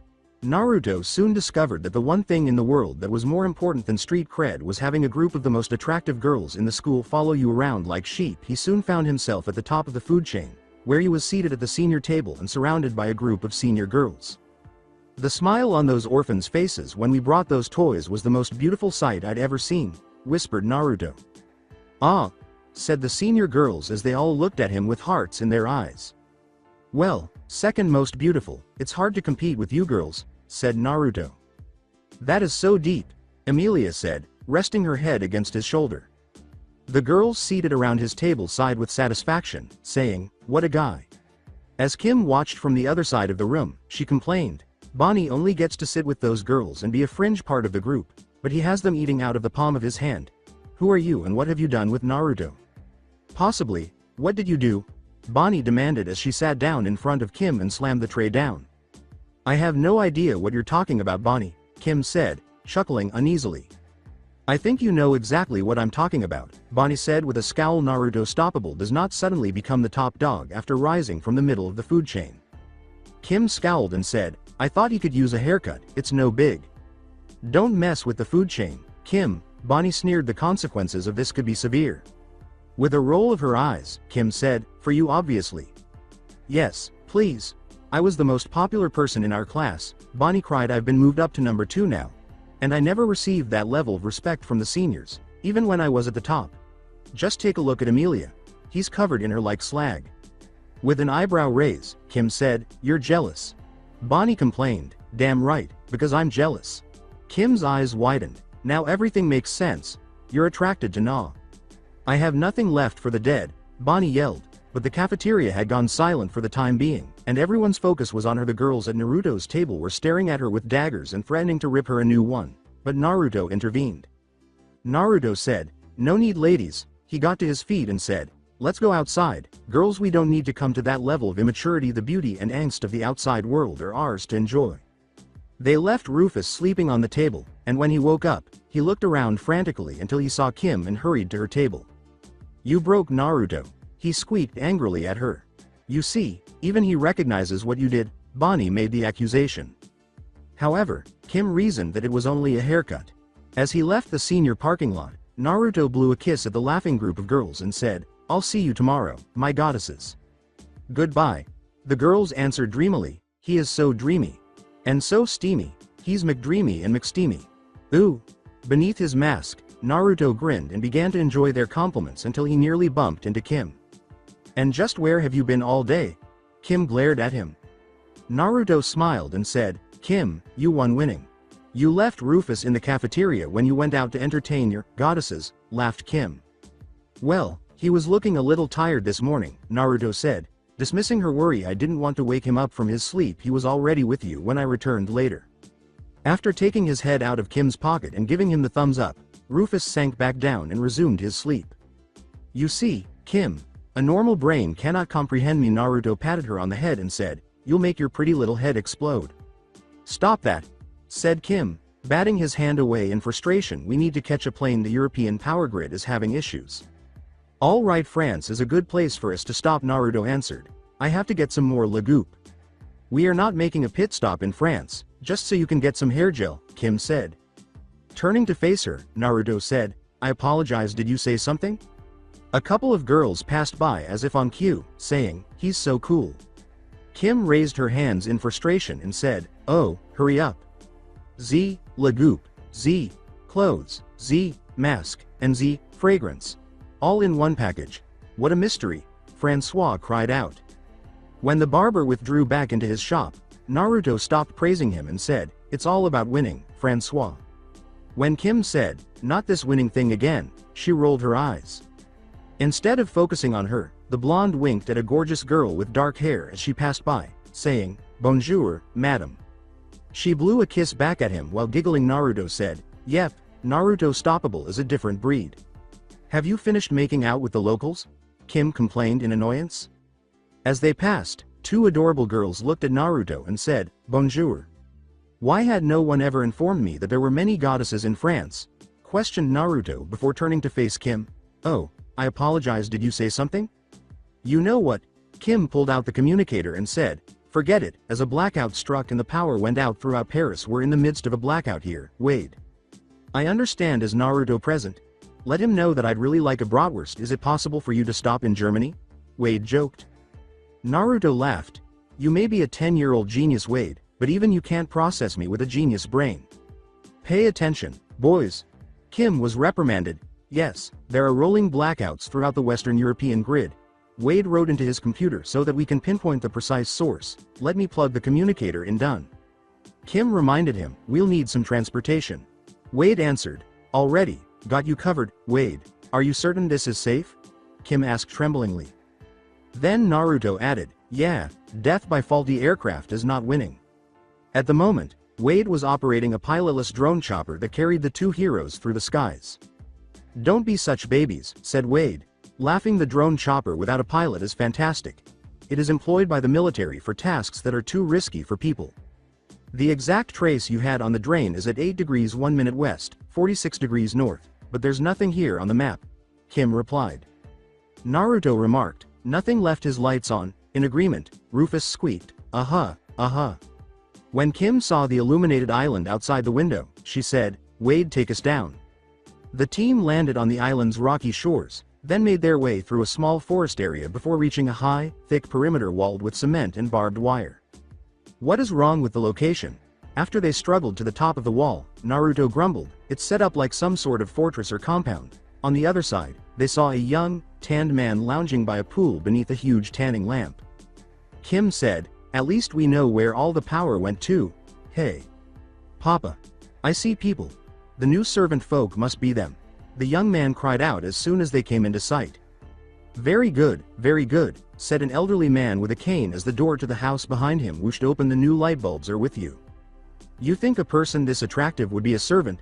Please, Naruto muttered to himself. As she introduced them, Kim gave him a gut nudge, saying, this is Naruto Stoppable, and I'm Kim Possible. At the introduction, the man's eyes glowed. Ah, greetings from my house. Everything has just been turned on. Senor Senior Jr. is my son, and I am Senor Senior Senior. Junior said, your haircut is magnificent, as we approached Naruto. Naruto answered, Lagoop is a must for any ensemble. Obviously. What's wrong with the mask, though? Junior inquired. It's all a part of my winning mystique, Naruto grinned. When I add the finishing touch, the ladies can't get enough of it. How do you finish this winning mystique? An interested Junior asked. Taking out a bottle of fragrance, Naruto said, with this. Junior replied with a knowing glance, I see. With distant expressions, they both turned to face the horizon. Love, Naruto said. Jealousy, Junior said. Touch, forever, intense, passion. Together, they said, obsession, Calvin Klein. I was on the verge of skiing down my indoor mountain. Would you like to come? Senor Senior offered. No thank you, Senor, said Kim, shaking her head. He added, Senor Senior, maybe I could get you some refreshments? I have some beautiful juice, it comes in a box, which is pretty amazing. It sounds delicious to have a juice box, Kim answered. What are you, 5, Kim? Snorted Naruto. Before guiding Naruto to the kitchen, Junior chuckled and said, yes, a juice box. Come, my friend, our chef makes the most delicious smoothies. Naruto and Junior took care of far more pressing issues while Kim taught Senor Senior the subtleties of energy conservation. How about these? They're the new cobes, Naruto inquired. Too much blue, and too much of the plastic material, Junior complained. This whole new Nike collection is suspect. Naruto turned back to the first page of the East Bay Shoe magazine and said, you're right, let's stick with Jordan. You're telling me that these powerless people are bothered? Senior, who was older, asked Kim. Kim said, quite, Junior, do you realize how miserable poverty is? Senior said. Yes, father, Junior waved his comment away, focusing more on the new page Naruto had just turned to. Well, how may I assist? Senior, Sr. Kim suggested. To start, you could turn off that giant sun lamp. How am I supposed to become a teen pop star without a robust tan? Junior was not having any of it. Junior, there are more important things to deal with, his father said, dismissing his grievance. Tell me more about this showerhead with low flow now. There's a ton of things you can do to make your house more efficient, Kim was reminded. House? Snorted Naruto. This location is more akin to a compound or fortress. A stronghold? That sounds so militant, and I don't like it, Senior said. This location shouts fortress, not even marked on a map, a private island, Naruto cried out. With a shrug, Senior said, I do value my privacy.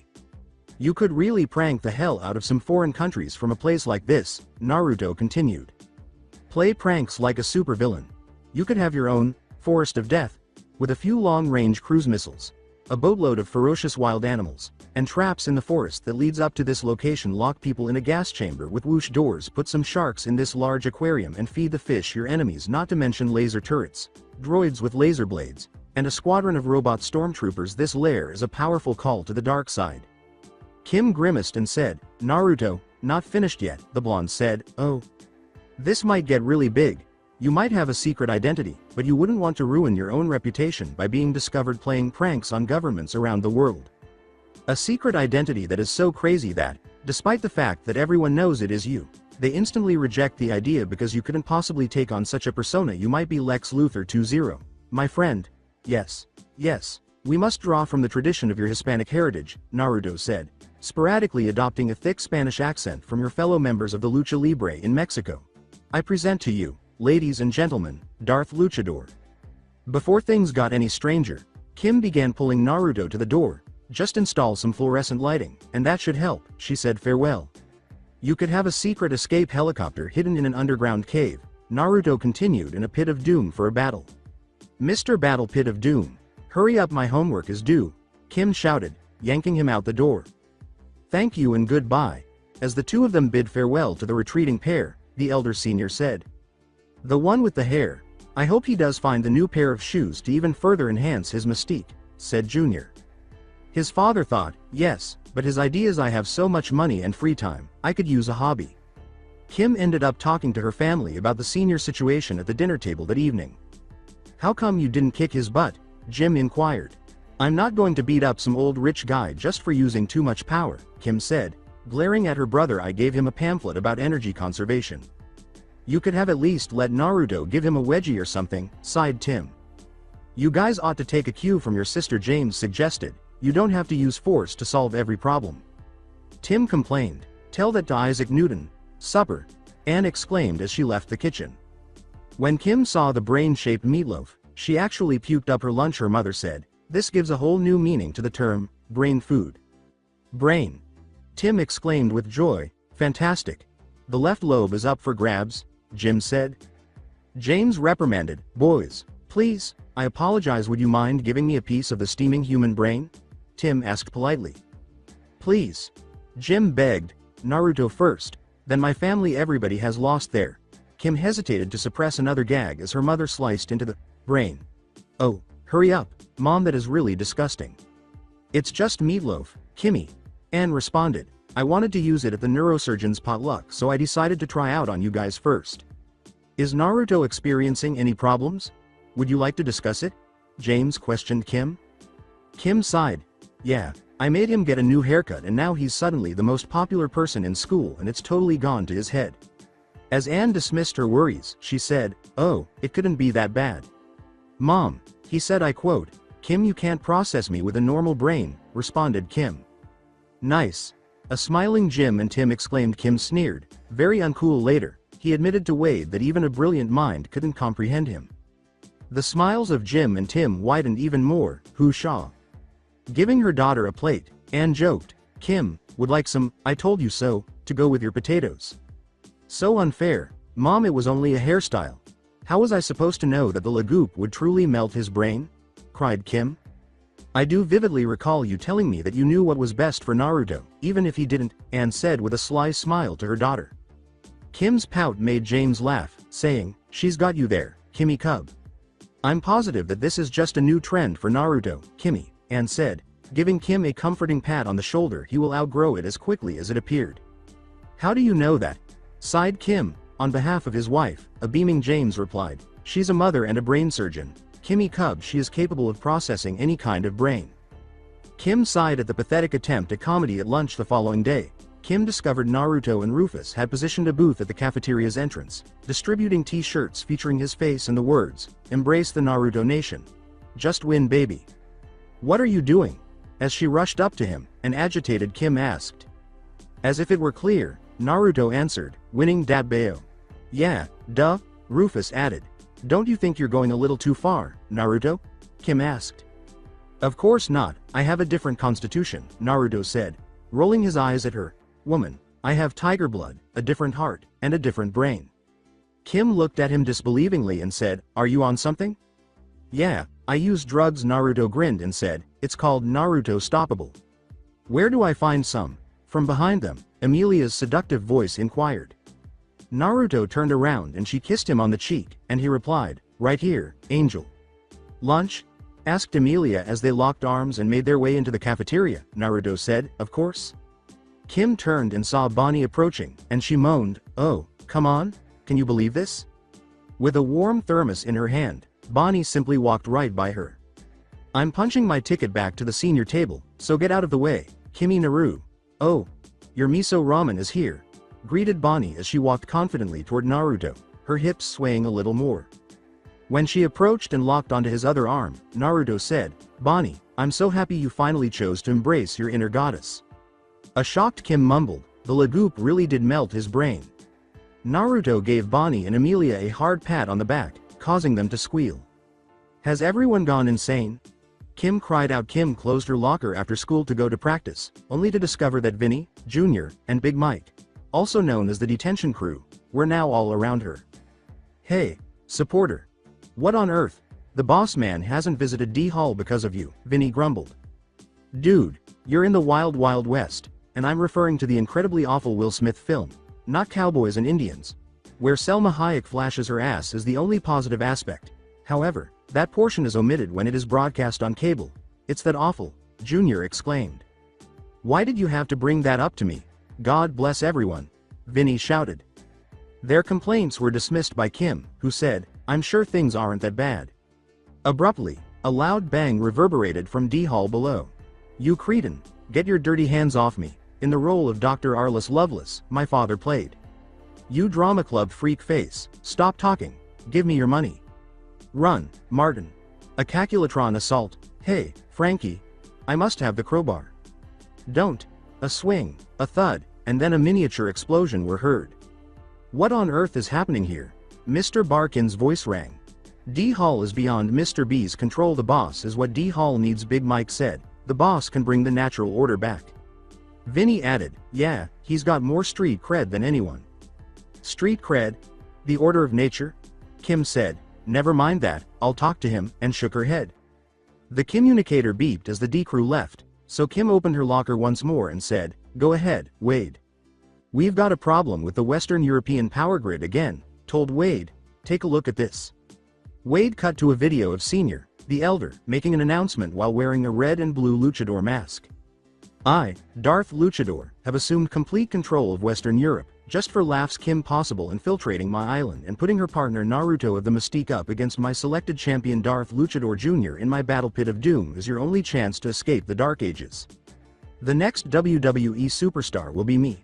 Junior cried out, cutting in front of the camera before it cut out while sporting a similar mask. Kim began to twitch her eye and ask, was that? Yep, Wade answered. She went on, so, Naruto. Wade repeated, yep, before taking a long gulp of his soda. Oh, he is so fighting Shigo the next time we face Drakken, said Kim. After their helicopter ride to the island of the seniors, Kim and Naruto parachuted down and saw that the forest area leading up to the seniors' compound had been completely redeveloped, with high chain link fences topped with barbed wire, signs warning of danger plastered all over the entrance gate, and a huge sign that read, "The Forest of Death," erected over the area. You just had to go running off at mouth that last time, didn't you? Kim glared at Naruto. Never mind that, he said, dismissing her feelings. This Forest of Death is an excellent opportunity for the Naruto Nation to put one in the win column. Have you stopped listening to yourself when you speak? Kim said dryly as she unlocked the gate and they went inside. From the security monitors, the senior citizen observed their progress. So, Team Possible, you've arrived. Let's see how you handle my tiny death forest. Kim started to run through the forest after going a few steps inward, but Naruto stopped her with a hand gesture and said, wait. The blonde picked up a stone and threw it into the forest in what seemed like a random direction. Then, in the middle of the forest, they heard gunfire, arrows flying, ropes yanking, and the roar of several animals, followed by a few small explosions, one large explosion, and something falling into a very deep pit. Kim looked at him in utter confusion and said, how did you do that? Being the billionaire that he is, he paid for one extremely complex, extremely costly, mega trap rather than a ton of smaller ones strewn all over the place. Naruto laughed, the quintessential rookie error. It's pranking 101. Stick to the basics. Senior remarked, maybe I ought to have purchased the book of pranks to accompany this book of evil. Junior, get ready for the next stage. Come on, father, I have to finish my costume, Junior responded with a yell. Just put on the mask, like I said, Senior screamed. You will never grow up to be a true villain by worrying about such stupid things. After swiftly navigating the remaining forest and battling their way over the high cement walls, Naruto and Kim entered the senior compound once more and were confronted by a huge cable that was plugged into a huge outlet in the location of Junior's sun lamp. That's where he's draining the power, Kim said. Let's go get this settled. They both noticed some missile launchers on the roof as they turned to march toward the doors, and Kim gave Naruto a slap on the back of the head as a reward. Their march toward the entrance was then cut short. Team Possible, you've done a great job getting this far, but I've got you surrounded now. Over a loudspeaker, the elder senior's voice was heard. Where? Naruto asked, pointing to the vacant space surrounding them. A squadron of robot stormtroopers and droids wielding laser blades emerged as two concealed doors in the walls slid back, and several laser turrets suddenly appeared from the top of the house's roof and perimeter walls. Okay, the next time we meet a rich bored billionaire, you're definitely not allowed to talk, Kim said, giving Naruto another slap across the back of the head. Naruto rubbed the sore spot and complained, I should have never let you start watching NCIS. I'll take care of this, you go stop the missiles, Kim said, pulling out two small makeup mirrors. Rufus, hurry up. We are going on a date with a doomed Dabayo battle pit, Naruto said. All right. As Naruto dropped a smoke bomb to provide them with some cover, Rufus squeaked. Combat. Senior ordered. Kim used her small mirrors to reflect the laser turret blasts at the stormtroopers and droids, and after she had taken out a good number of them, she backflipped overhead and headed for the giant plug. Using her laser lipstick, the redhead began destroying machines left and right, but when she got to the giant power plug, she discovered that her laser was no longer able to harm it, so she turned back to her pursuers and roundhouse kicked the head off one of the remaining droids, picked up its laser blade, threw it into the connection, and fled to the senior lair, leaving the other robots in a state of inoperable due to the electrical surge caused by the power drainer failing. Greetings from my doomsday battle pit. The elder senior, whose masked face was projected onto a screen that descended from the large room's ceiling, declared. Yeah, I'm not seeing the doom part, Dabayo, Naruto said, giving him a blank expression. Your son is playing computer games over there in the back, and it's just a wrestling match. What is he wearing, too? Oh no. Awful. Rufus squeaked in agreement. Junior's outfit included a full-body red spandex suit, a blue cap, and a mask similar to his father's. Young man. That is not what we need right now. Set the timer for the missile launch, Senior shouted. My fun is always ruined by you, Dad, Junior complained. I just got to level 5. Once more, welcome to my doomsday battle pit, his father went on. The lava in the area won't be accessible until next week. Naruto said, oh, nice touch, with admiration. Senior said, thank you. Now, to give this battle a little more motivation, I've targeted your beautiful hometown of Middleton with my missile now, the Mystique Naruto. Papa, just ring the bell. As he entered the ring alongside Naruto, Junior yelled in frustration. Lucha Libre. As Senior rang the bell, he declared. The billionaire heir in spandex charged Naruto, trying to put him in a sleeper hold, but his blonde quickness allowed him to avoid the failed attempt and hit Junior in the face, only to have his fist clang on metal as a reward. Ah! What on earth is that thing composed of? As he attempted to remove the pain from his hand, Naruto grumbled.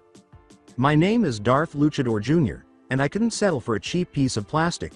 Naruto dropped a smoke bomb on the ground, filling the ring with smoke and concealing his movements.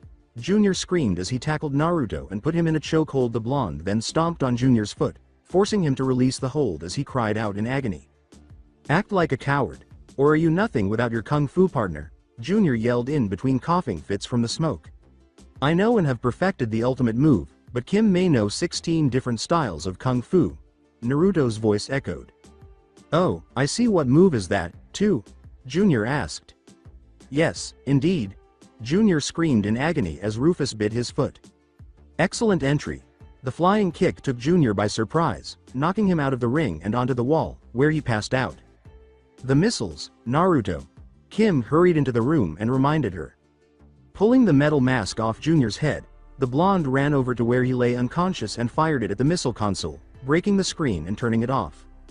After giving each other a high five, Naruto and Rufus say, now that's what I'm talking about, Dadbeo.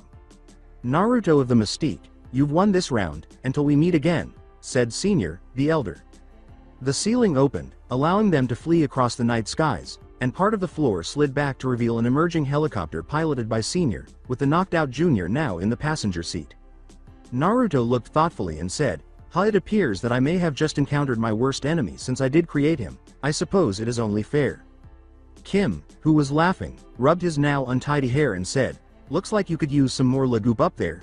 Would you like to stop by Europe to get some more? Who cares about that anymore? Said Naruto, putting her hand down. Europe was just tricked by my fiercest enemy. I need to improve my performance. The following day, Kim discovered a number of boxes sitting in the center of the gym. When she arrived for cheerleading practice, 3 of the boxes were roughly her height, one was enormous, and one was tiny, about the size of her hand. Why are these in this place? I guess I'll have to get maintenance to move them, she said, trying to push them aside but finding them too heavy. Abruptly, the other members of the team hurried out of the girls' locker room while clinging to their noses. Kim. Where's that fool? It smells like something died in the locker room, Bonnie cried out. Impossible. This one is not going away with you. Mr. Barkin, whose hair was now hot pink, yelled as he hurried out of the boys' locker room. Kim heard a senior girl say, someone filled all the seniors' cars with popcorn, as she opened the door and dashed into the hallway. Not cool at all. With all the confusion and chaos, Kim grinned and said, it's good to have things back to normal. Let's go find the janitor so we can move these boxes and get rid of that stench, girls. When the gym was once more empty, Rufus mimicked the sound effect of the Transformers changing, and the 5 boxes abruptly changed into Naruto, Rufus, and the detection crew, all of whom were dressed in cardboard to resemble Transformers. It's unbelievable that it really did work, Junior exclaimed. Cardboard Transformers as escape disguises. What will you think of next? Smiled Vinny. Naruto received a pat on the back from Big Mike, who said, good to have you back, boss. Dadbeo, it's good to be back. Autoboxes, go ahead, Naruto ordered. This is unbelievable, Kim said. I'm stranded at home on a Friday night, watching the Tweebs. Kim, why don't you go in the kitchen and phone a friend? A female friend told Naruto. Kim complained as she marched off, saying, whatever. What's wrong with her? Tim asked. Yeah, even she's usually not this bi, replied Jim. Before they could get into any more trouble, Naruto interrupted them, saying, Bonnie-ish, yes, she was technically defeated in her recent altercation with Shigo, and she has been grumpy ever since. Jim grinned at him and said, Shigo? Is that the one girl you're always? Tim asked. Did I ever tell you guys about our first time going up against Drakken? Naruto asked, abruptly shifting the topic that man is among the most pitiful villains ever. The case began. Flashback sequence. Kim screamed, "Excuse me. Sorry. Coming through here, in a hurry," as she hurried down the hallways to her locker. A dark-haired man said, "Whoa ah," as Kim sent him reeling like a top. Quickly entering her locker combination, Kim said, "Sorry about that." Without turning around, she pushed a floppy disk into the computer and pressed the print button as soon as her locker opened. "What is this?" she exclaimed when she saw that the first paper, which had printed out quickly, was not included in her term paper as she had anticipated. As though he had been waiting for her, Naruto suddenly showed up and grabbed the paper, which read, "All-you-can-eat coupons for the grand opening of Konnichiwa Ramen in Denver, a feast fit for a king." "Yum yum," also said Rufus, concurring. Kim snarled, "Naruto," and seized him by the collar. "I have only half a minute to print my history paper." The printer stopped and the subsequent paper came out crumpled the moment she said this. After letting go of her hold, Naruto said, "Paper Jam, looks like you're in need of a Rufus service call." Kim screamed, "Be serious, Naruto. This is my term paper." Rufus.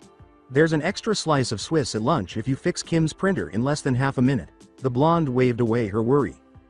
The mole rat was immediately on guard, his eyes briefly turning into slices of cheese before he jumped in and yelled, "Queso." "Come on," Kim begged. "Kim, don't worry, Rufus is the go-to person for dweebs to fix things," Naruto said, giving her a comforting pat on the shoulder. She glared back, not helping Naruto.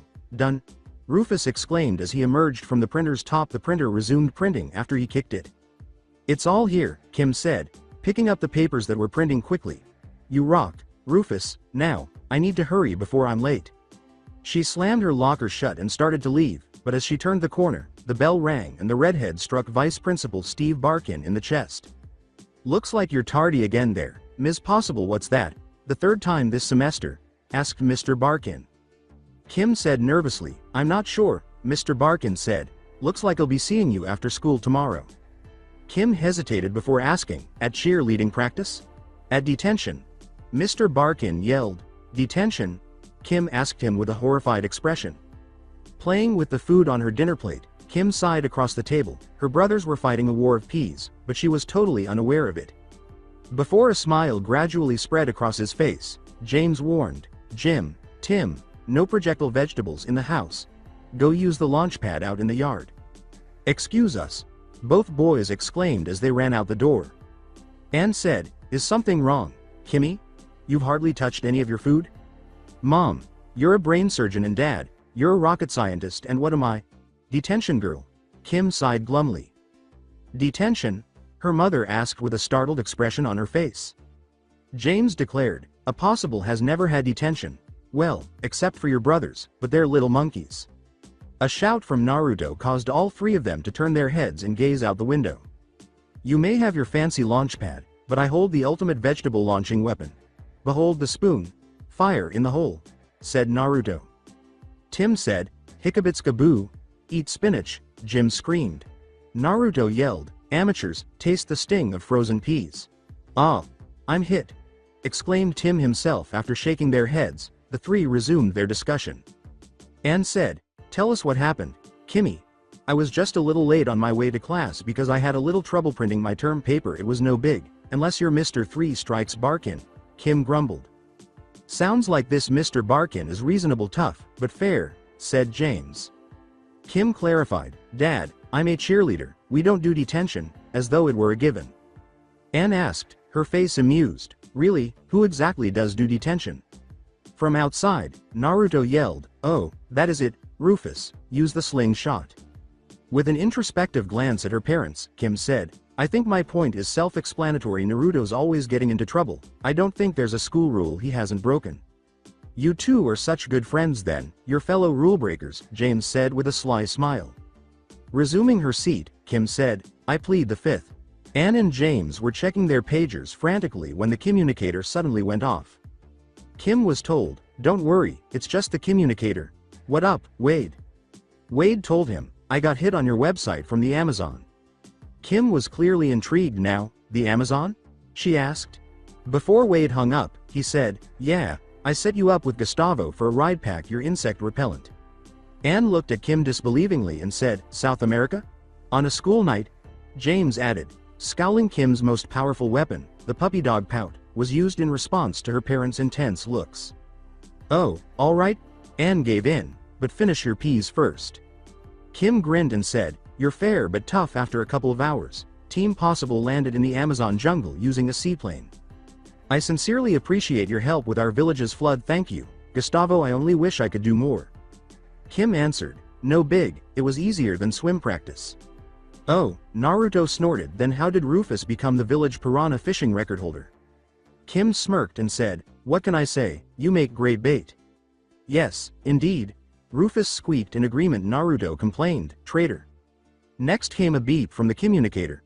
Kim, I've got the security footage from Professor Akari's lab, said Wade. He sped up the playback to show a girl with long black hair, an athletic build, and a green and black form-fitting suit. Who is she? She's good, Kim said with a wolf whistle. Naruto said, damn, that's what I consider a woman. She's also a thief, Kim sneered. Good, that means we'll be seeing a whole lot of each other, Naruto smiled. After a little while, the three of them were navigating through the dense underbrush of the Amazon jungle. Apart from the numerous insects that were crawling everywhere, they had little trouble. Kim only noticed one strange thing about her blonde best friend, Naruto, who kept turning his head in different directions and opening his mouth and sticking his tongue out before quickly closing it. Eventually, the redhead's curiosity got the better of her. What? She inquired. Nothing. Just a slight dizziness. Or is it today? Naruto answered. Laughing uncontrollably, Kim said, you are such a goof. Before long, they had to scale tall tree ladders to get to Professor Akari's lab. Upon entering, Professor Akari said, Kim Possible, thank you for coming on such short notice. Would it be okay if I borrowed a couple of these? I have this fantastic idea, Naruto asked, pointing to the insects that were scuttling around the lab. Not happening now. What exactly was stolen, Professor? Kim nudged him in the ribs. A perplexed Professor Akari said, I don't know, the gang is all here, that's why I called you. As he watched the different insects crawling and hovering around the computer, Naruto remarked, Rufus, I think these guys could give you a run for your money. Rufus squeaked, no way, Kim thought, computer, huh? As she looked back at the communicator's security footage and saw the thief alter it before removing the camera. What's on your computer? Oh, well, it's very experimental, he exclaimed, hurried to the computer a moment later. My project. Took the tick. The tick? Naruto asked. Yes, said Professor Akari, the tick. The theme song from the tick, da-dee-w-e-e-e da-da-da-dwee-dow, da-dee-w-e-e-e, was abruptly played by Naruto and Rufus. And we've lost them, Kim screeched. Professor Akari clarified, oh no, you've misunderstood, this was not the tick. Naruto and Rufus abruptly stopped singing. He said, on the disc was a digital blueprint for cybergenetic tick that would be virtually identical to the real thing. Naruto inquired, why did you make it? Oh, no specific reason, I just have a lot of time on my hands, the professor shrugged. At least you're more productive with it than most people, responded Kim. Was that a shot? Naruto asked her sharply. Who would want or need a robot tick? Kim asked, ignoring him. Shigo marched across a pathway at the top of an unidentified island's hills when the ground gave way beneath her, plunging her into a tunnel slide. She was dropped onto a lazy boy in the center of Dr. Drakken's lair after sliding down for a few minutes. Shigo complained, can't you have a normal door? When Drakken turned away from the fire he was facing, he asked, did you get it? Shigo answered, I don't know why you want it, but I got it. Dr. Drakken said, this is fantastic. I get to build the tick, and then abruptly started singing the tick theme song. Da-dee-w-e-e-e da-da-da-dwee-dow. Da-dee-w-e-e-e da-da-da-dwee-dow. Shigo interrupted, Dr. Drakken, you do realize you are singing out loud? He simply stared at her blankly before saying, dwee-da-doo-da. Wade called Kim and Naruto at his locker the following day after school. Make it quick. Wade, I'm in a bit of a hurry, Kim replied. Wade answered, I know, cheerleading practice. No, actually it's detention, Kim grimaced as she told him. With a scowl, Wade told her, cheerleaders don't get detention. Back to the case, Wade, Kim said, shifting the conversation. I got an ID of that freeze frame from the security footage. Her name is Shigo. She's wanted in 11 countries, told Wade. Hey, wherever she go, I go, Naruto whistled like a wolf. That is one foxy lady. Kim moaned, so not your type, Naruto sighed. I'm a 16-year-old male, KP, any good-looking female is my type unless she's a complete airhead, and even then, if she's really hot, that can be tolerated. I didn't realize you were so shallow, Kim sneered. Snorting, Naruto said. Josh Mankey. Kim briefly flashed this silly smile before returning to her usual self. Naruto joked, I think that proves my point, Kim complained, touche, as Naruto closed his locker. Mr. Barkin then came up to them and said, maybe, it's 1,500 hours. It's just detention, Mr. B. It's not boot camp, Naruto said, rolling his eyes. You want a piece of this stoppable? Barkin said directly in his face. Naruto answered, nah, I've got sprints to run, but you won't mind if I escort my friend here to her cell for some reason. She thinks detention is a big deal. He received blank stares from Kim and Mr. Barkin, who said, it is a big deal. As he walked down the hall, Naruto ignored them and said, yeah. They soon arrived at the detention chamber. As he poked his head through the classroom door, Naruto exclaimed, what the datbayo is going on, people? Boss man. What up? Vinny bellowed, hey boss, Big Mike said. Junior said, yo boss. The vending machine is eating quarters again. Naruto answered, I'll get Rufus on that ASAP. Kim, this is Vinny, Junior, and Big Mike aka the detention crew. Junior yelled, dude, it's a cheerleader. With an elbow to the chest, Vinny said, I told you the boss had a connection with the in-crowd. Junior yelled, it's a cheerleader, so who cares, man? I bet her skin is all smooth and zit-free, like a baby's bottom. Kim moaned in disgust, ew. Oh. Kim here knows 16 different styles of kung fu, so no funny business, told Naruto. The three of them said at once, yes, boss. As Mr. Barkin said, hey, I run this ship here, people. Everyone sit down and shut it. And cut Mr. Barkin some slack, he didn't get his morning coffee today, said Naruto. The rest of the faculty should have learned by now. Mr. Barkin complained. Rule 23. Never mess with a Marine's coffee. Now scram stoppable, unless you would like to join us. The blonde had already disappeared after settling into her seat beside Big Mike. Kim sighed. She wished the time would pass as quickly as possible as she gazed wistfully at the clock. All of a sudden, the clock began to spin too quickly. As he yanked it off the wall to fix it, Mr. Barkin muttered, the batteries must be on the fritz, again. Kim slouched in her seat and muttered, did I just step into the Twilight Zone? For the next 10 or so minutes, everything was silent, but then Mr. Barkin started sniffing around. Vinny said, something wrong, Mr. B. What is that smell? Mr. Barkin cried out. It's awful. It might be some sort of toxic fumes, Junior exclaimed after catching a whiff of it and throwing up. Yeah, a gas leak that also ruptured the sewer line. It's coming straight through the vents, said Vinny. When Kim saw a familiar little paw emerge from the vent and gave her the thumbs up, she instantly realized what was going on. It might be another experiment gone wrong in the science lab, she said. Mr. Barkin pressed the fire alarm and yelled, when will they ever learn? No school blows up on Steve Barkin's watch. Everybody out. We're evacuating the school. Move it, people. Well done, Naruto. As she dashed out the door, Kim thought. Kim and Naruto went to his house to finish their homework and await a call from Wade regarding the case after Kim escaped from detention. Naruto entered his room carrying snacks and said, you so owe me for that, Kim. The stink bomb phony gas leak is only a one-time use detention jailbreak. Stop by Konichiwa Ramen in Denver on the way back from the next mission, Kim said. Naruto merely glanced at her with a sigh. Kim said, I'm buying.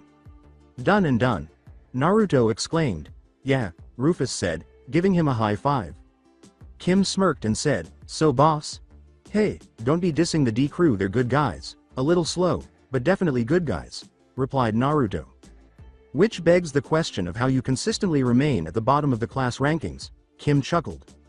Naruto sighed, I don't do well on paper tests, the public education system is firmly stacked against me. Right? Kim simply shook her head. Then Naruto saw Wade on his computer screen. Hey guys. The young genius said. Kim said, Wade, any news on our missing thief? Naruto added, yeah, I need to introduce myself to that foxy mama. Kim sighed as Wade continued, I did some legwork with the air traffic reports. Entering and leaving the area near Professor Akari's lab, I found a small jet of unknown origin whose destination was a small island in the Caribbean. Kim said, total villain country. Naruto and Rufus yelled, total Jamaica country. Feel the rhythm, feel the ride. Get on up, it's bobsled time. Cool runnings. Wade said, rise and shine. After saying, it's butt whoopin' time, Naruto concluded. Is that all boys do in their spare time? Sit around and quote crappy movies? Asked Kim, rolling her eyes. Naruto said gravely, first of all, no movie with John Candy is a crappy movie. Wade added wistfully, I've wasted many an afternoon watching Uncle Buck. Naruto went on, secondly, dudes talk about video games, sports, TV, and movies. Girls talk about gossip, fashion, and gossip. At least the made-up stuff we talk about comes from the minds of people who actually have creativity. Kim pulled down her eyelid and stuck her tongue out at him because she had no response. That's the spirit, Naruto said with a simple smile. Oh, I almost forgot. Apparently, the island the plane landed on is rumored to be haunted, told Wade. With a laugh, Kim said, yeah, like anyone actually looking for the place would be dumb enough to fall for that. As he sprang for Naruto's sock drawer, Rufus yelled. Sighing, Rufus, I told you not to stay up watching Scary Movie I and 2. You're having nightmares about the Wayans brothers again, aren't you? No worries, their show isn't in syndication anymore. Phew. Rufus exhaled in relief. Kim, check your backpack, I got a couple of new things for you, stated Wade. Hey, I thought I was the gadget wielder of this crime-fighting organization, said Naruto. With a sly smile, Kim reached into her backpack for a tube of lipstick and extended it to the blonde, saying, by all means, wield away. Lipstick? That's the best you came up with, Wade? Pass, sneered Naruto. Smugly, Wade told him, it's not an ordinary tube of lipstick.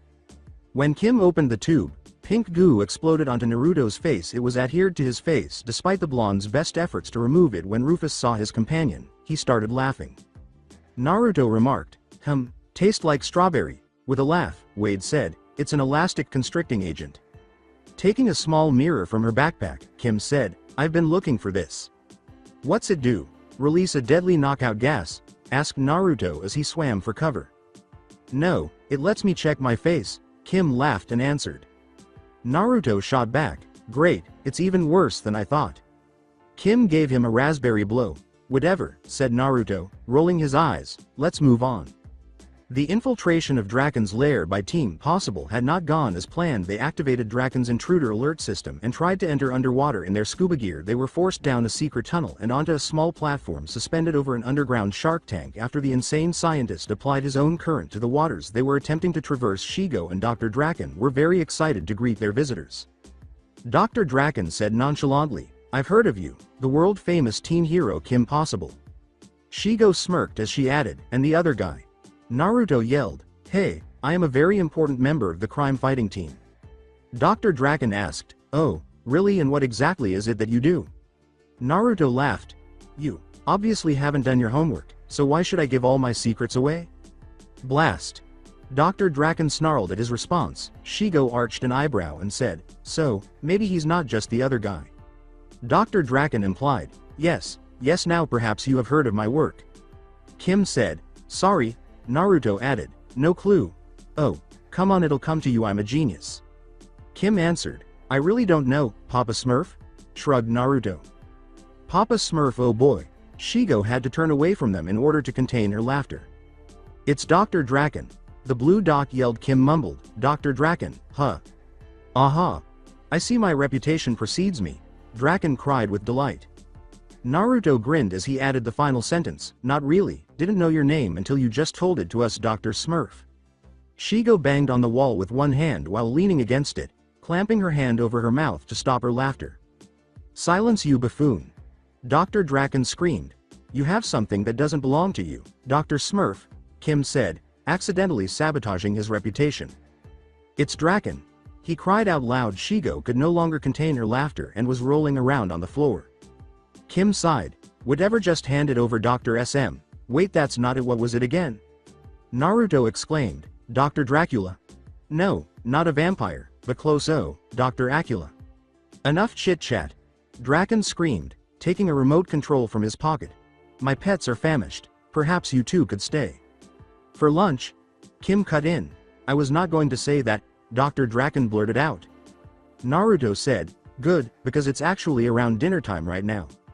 Drakken pressed the button and dropped them into the shark-infested waters, shouting, fine, stay for dinner, then.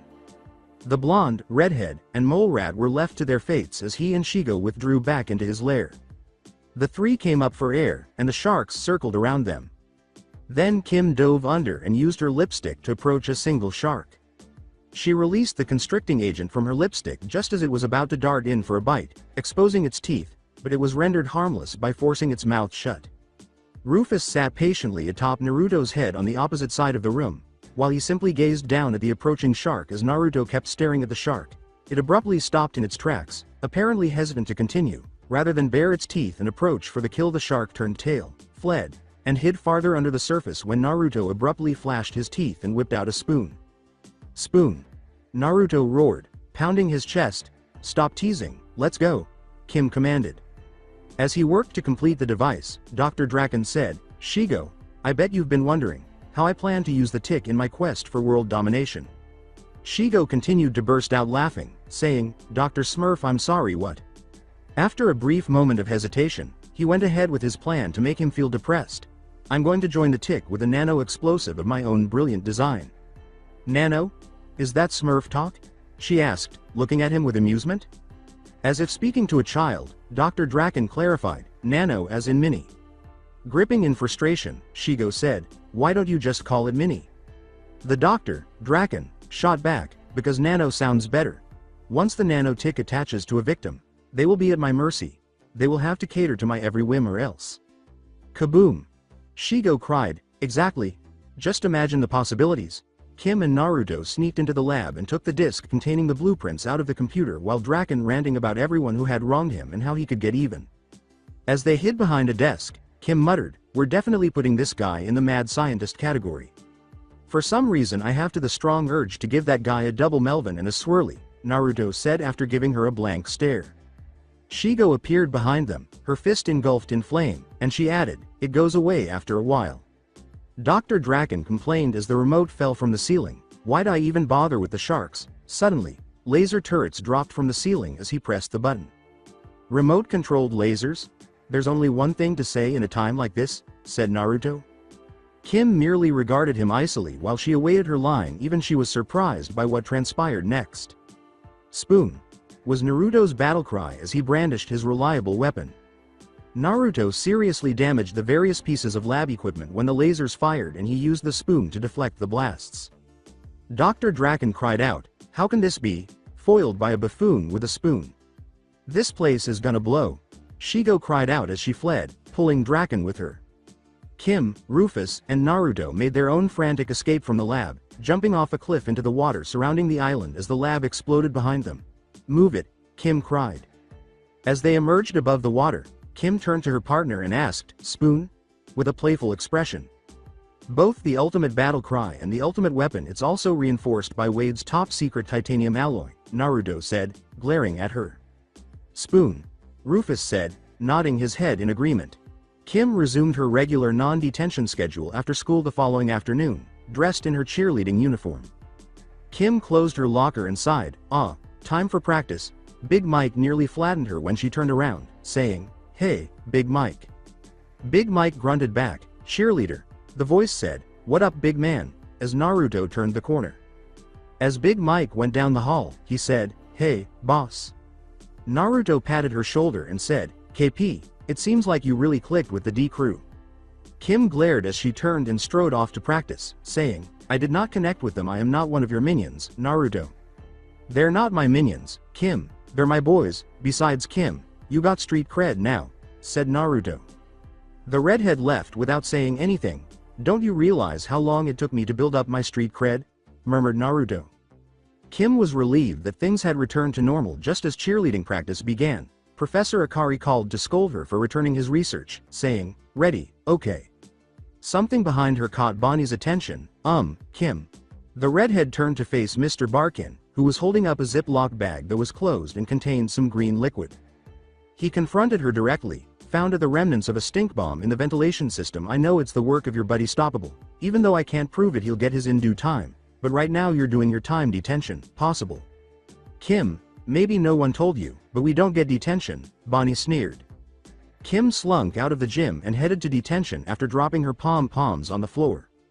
Although Kim was aware that having a cheerleader in detention was an unfamiliar idea, She had assumed that all of the strangeness had been handled yesterday. It seems that she was mistaken. She was becoming irritated with the three boys who were all staring at her. "What is it?" she inquired casually. "I think it's a zit," Junior said, pointing to her nose.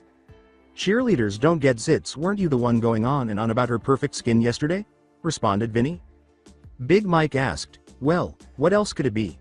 "Channeling my inner boss. It must be a tiny explosive device," Junior said, massaging his temples. Kim pulled out her compact mirror and said, "I see why Naruto keeps you guys around. This is Drakken's nano-tick." She was recalling Dr. Drakken's tick. Kim, "Wade says you got that tick thing on you." "We got a jet," Naruto said as he poked his head inside the window, which had just opened. Kim cried out, "Sorry, Mr. B," as she fled through the window.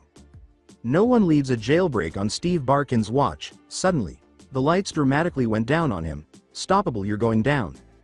The two-man crime-fighting team hurried to Naruto's moped across the school grounds. Unfortunately for the teen hero duo, Drakken and Shigo had found the tick intact and active after returning to the remnants of his lair. They were directly on top of the two as they mounted Naruto's moped after tracking it all the way back to Middleton. Drakken demanded, "Give me back my nano-tick." "Possible. Stoppable," exclaimed Mr. Barkin as he and the D crew bounded out the school building's side exit. "Busted," Vinny mocked. Kim moaned, "This is just great." "Spoon," Naruto yelled as he pressed the gas pedal.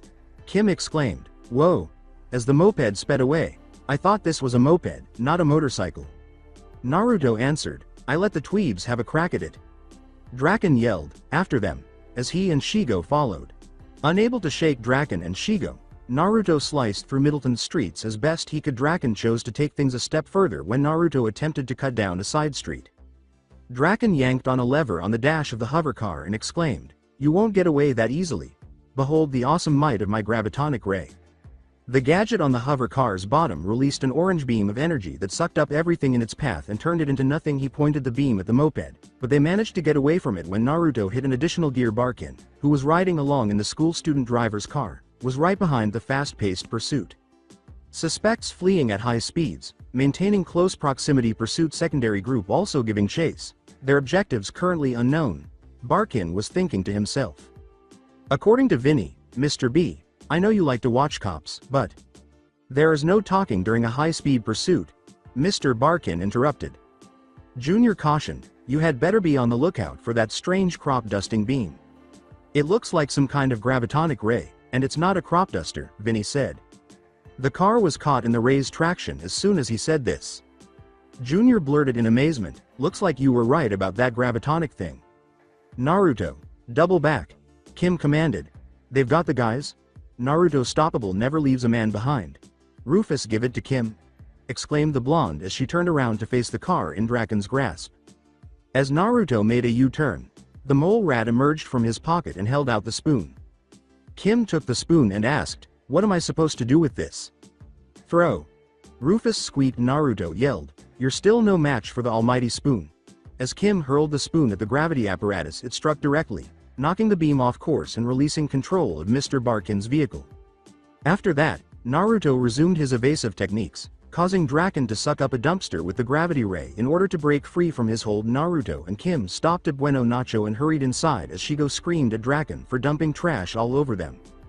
Kim questioned, "You think we'll be safe here?" As if the response were clear, Naruto said, "No, I'm all out of spoons." "Okay. How about we focus on thing on my nose that's going to blow me up?" Kim screamed. Shigo used the gravity ray to remove the restaurant's roof as Drakken and Shigo pulled up directly above Bueno Nacho. The villain, dressed in green and black, jumped from the hover car and entered the restaurant. "Kim Possible has something that belongs to us and we want it back," asked Shigo. Kim shot back, "I don't want this thing," Shigo exclaimed. "Oh, it's on you?" in surprise. Kim yelled, "This isn't a nose ring," and Drakken yelled, "Take her whole nose if you have to." "Works for me," Shigo said, lowering herself into a position. Kim did the same, but Naruto jumped between them and waved a stop sign at the two girls. "You got a death wish?" Shigo asked, raising an eyebrow at him. "I can't believe I'm actually stopping myself from watching this. It was going to be so hot," murmured Naruto. "Okay. A lady with freaky flame powers should stay away from the tiny explosive device on Kim's nose unless you want us all to go boom." "Not my problem," Shigo shot back. "Very well, You forced my hand, I must utilize my own superpower, said Naruto. Shigo laughed and said, you're bluffing. Gotcha, Naruto smirked as he thought, we had Wade do a little research on the internet traffic coming from Drakken's lab apparently. Dr. Smurf has thing for Smurfettes, really digs the blue boobies. Shigo couldn't contain his laughter and exclaimed, H-A-H-A-H-A-H-A-H-A-H-A-H-A. You see, Naruto said, gesturing with his finger, Naruto stoppable is just too funny. Shigo. A furious Drakken roared, beating his fists against the dash. Kim yelled, never take your eyes off your opponent, as she delivered a vicious roundhouse kick to the distracted Shigo, sending her flying through the door and into the oncoming Mr. Barkin unconscious. The two of them fell to the sidewalk in a heap. Whoa, Junior mumbled. Vinny said, cheerleader got mad skills. The tick on Kim's nose suddenly began to flash and beep. Oh no. Kim cried in terror. Drakken must have accidentally activated the explosive. This situation calls for the only utensil more powerful than even a spoon, said Naruto. A fork? Vinny said. Big Mike said, a bigger spoon? Junior said, no, it's gotta be a knife wrench. Naruto yelled, I need a spork. Stat, he hurriedly added, a clean spork. And, can I also get a number 2, no sour cream? As he saw someone eating and was ready to throw him one. So, not the time.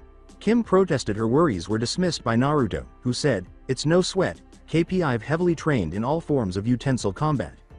The boss is a master of all forms of obscure weaponry. He once took down a flock of birds with only one paperclip, assured Junior.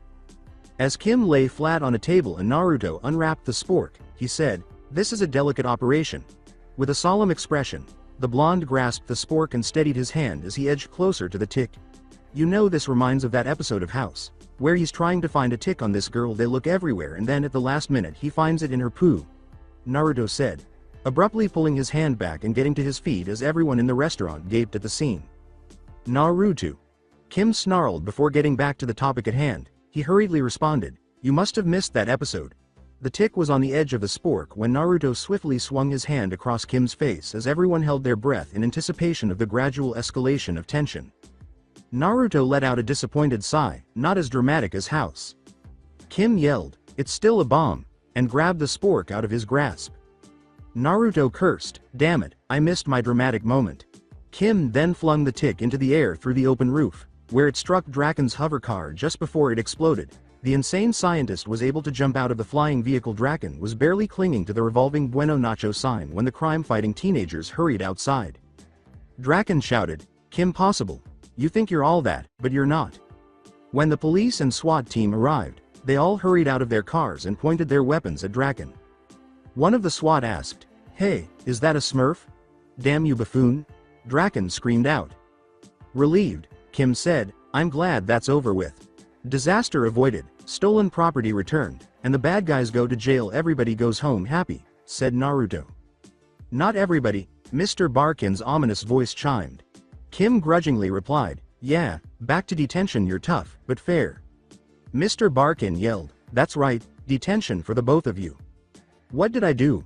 Asked Naruto, looking at him in shock. There's no rule against busting your best friend out of detention to save her life. Mr. Barkin handed him a detention slip and said, your moped was illegally parked when you came to retrieve Ms. Possible already got you written up. Naruto declared, you win this round, Mr. Barkin, but you won't be so lucky next week. I'm always up for the challenge, stoppable, smiled Mr. Barkin. Mr. Barkin and Naruto were both baffled by how detention had gone so terribly wrong.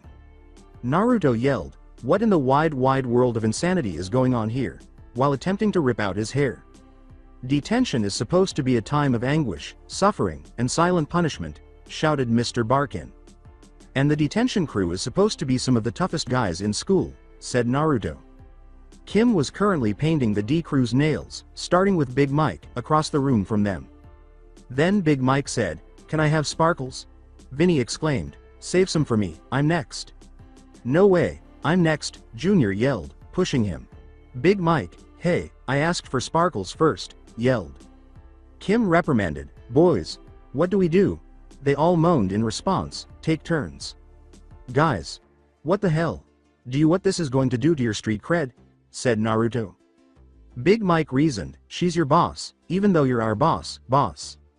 Oh, hell no. She is so not the boss of me, I'll have you know, was Naruto's way of saying no. Kim said, Naruto, we're stopping at Club Banana after practice tomorrow. There are these new pants I want to get. Instinctively, Naruto said, no problem, I'll have my mom give us a ride, and went on. That I saved the day today, hey, not cool. Back end flash. And now after every time we beat Drakken he does the, Kim possible. You think you're all that, but you're not. That mission is also why Drakken has built a spoon detector in every single one of his lairs. Completed Naruto. Jim and Tim were snoring on the couch, both completely unconscious in the same manner. The blonde turned to face Rufus. Naruto complained, you know what? Screw you guys. Last time I tell you about my awesome adventures. Returning to the family room, Kim grinned and said, put them to sleep and I didn't even have to ask you this time. You're getting better. Yeah, hey. Stop doing that. The day at Middleton High School was icy and frigid. It was time for the sophomore class's ski trip to Mount Middleton, and the weather was just right. Cold and freezing as is customary for every field trip. Vice Principal Steve Barkin was boarding the bus in a military-style order. The students filed slowly into the bus, and Mr. Barkin yelled, keep it moving people. Naruto looked around suspiciously in front of the bus's undercarriage, then opened the bag he was holding. I've got the package. Thanks Wade, he said, smiling as he reached up and spoke into his watch. Wade said, happy hunting, and ended the call. Mr. Barkin screamed, stoppable. Stop lollygagging and get your gear stowed away. As Naruto hefted his snowboard onto the bus, he complained, hold your horses. This is a ski trip, you know you always snowboard, Kim said as she approached him. I know, but I don't care, I'm a boarding man through and through, Naruto said, pounding his chest. Kim sighed, your loss, I'm just excited to be able to ski without raving henchmen on my heels. As Naruto placed his final piece of equipment in the bus's undercarriage, he remarked, there is one thing that really sucks about this trip though. What's that? Kim asked inquisitively. All you girls are all bundled up in ski clothes and there's nothing to ogle, Naruto said, turning to face her while crying. Kim stared at him blankly, then started laughing. In response, Naruto pouted and said, don't laugh at me, it's not fair. She nodded to the two children getting on the bus after Kim managed to get her to stop laughing and say, at least you're not Alan Platt, his parents are chaperoning this trip. With sympathy for the unfortunate teenager, Naruto shook his head and said, that tanks. Kim said, I'll say, but hey, at least it's not me. Oh, Kimmy Cub, Naruto cried, mimicking her father's voice exactly. With an elbow to his ribs, Kim said, not funny. Kimmy. Her mother's voice called. Kim looks at him impatiently and says, Naruto. Wasn't me. The blonde with the whiskers said, lifting his hands and pointing behind her. Kim hesitantly said, Mom.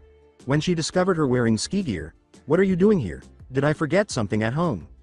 Anne said, not at all, honey, your friend Bonnie called us. With a fake smile on her face, the brunette appeared behind Kim. Anne told her, the Platts got the flu at the last minute. Alan Platt went to his knees at the bus's entrance and thanked whatever great god was keeping watch over him. Naruto suppressed his own laughter and muttered, oh, you were evil, but you were good. Bonnie put an arm around Kim and turned to wink and smile at him. We dropped the boys off at Nana's, suited up, picked up our gear and headed straight over, said James as he walked up and loaded some equipment onto the bus, then stepped back and put an arm around his wife. Kim was overcome with a feeling of terror and panic. No, this can't be happening. Yes, these are our new ski trip chaperones. We are going to have so much fun, Kim, said Bonnie. Let's have a picture of the family. That's what you get for laughing at my misfortune. Kim payback as a Bonnie ain't it, Naruto said with a sly smile. Bonnie smirked and said, oh, yes it is. Then she scowled. Hey. You're good, but you've got a ways to go to reach my level, said Naruto. Bonnie sighed as she said, whatever Kim, aren't you glad that your parents were able to join you on a school outing that has such a huge spread in the yearbook? You did this to me on purpose, Kim snarled at her. Bonnie said, of course not, your parents are fun, with no trace of sincerity. Naruto approached Dr. P and inquired, so, Dr. P, that snowboard have any special modifications? James laughed. You know me too well, Naruto, let's just say I'm ready for shredding. Unable to hide his smile at the prospect of his friend's upcoming humiliation, Naruto simply turned and gave Kim a puzzled look. Kim sighed glumly, this is going to be a nightmare. Naruto put an arm around the redhead and escorted her onto the bus, saying, "Oh, it's worse than that, Kim. This is going to be a humiliation sensation." As Bonnie persisted in pressuring her parents into sharing embarrassing tales about her, Kim sat fuming in her seat beside Naruto. Kim snarled, "Bonnie is so going to pay for this." With his face concealed by the newspaper he was holding, Naruto remarked, "I could get her to make out with me in front of everyone." A malevolent smile appeared on Kim's face. "Yes, you could wait, what?" she asked. "I so had you," Naruto said, lowering the paper and glaring at her. "This is no time for your jokes. I've got a major crisis on my hands," declared Kim. Naruto raised his eyebrows. "Kim, you're taking this way too seriously, so what if your parents embarrass you? It happens to everyone." Kim exclaimed, "This could be immortalized in the school yearbook." Naruto sarcastically retorted, "Well, when you put it that way it's obvious we need to ditch your folks on the side of the road somewhere. Stop worrying so much. Bonnie will get hers eventually, now get a load of this. Somebody's prank made it to the front page. The snow beast of Mount Middleton, what a crock." After taking a look at the paper and squeaking something that sounded like hogwash, Rufus emerged from Naruto's pocket, sank back into it, and fell back asleep. Kim looked at the article and said, "Straight from those hard-hitting journalists who brought us Frog Boy, sounds like another hoax to make some cash." She raised an eyebrow, chuckling. They could at least come up with a sighting of something believable: Bigfoot, the abominable snowman, or that half-yeti half-genie who lives in a magic ramen bowl. Suddenly, Naruto got a strange look from everyone on the bus. Naruto sighed. "Okay, so maybe Bigfoot is a stretch since he lives in Canada, but at least he's real." All of the people on the bus thought, "What an idiot." Anne said, "Oh, you know what would be fun? A sing-along." James added, "That's a great idea. Kimmy, join in. Kim has a beautiful singing voice." Naruto couldn't contain his laughter.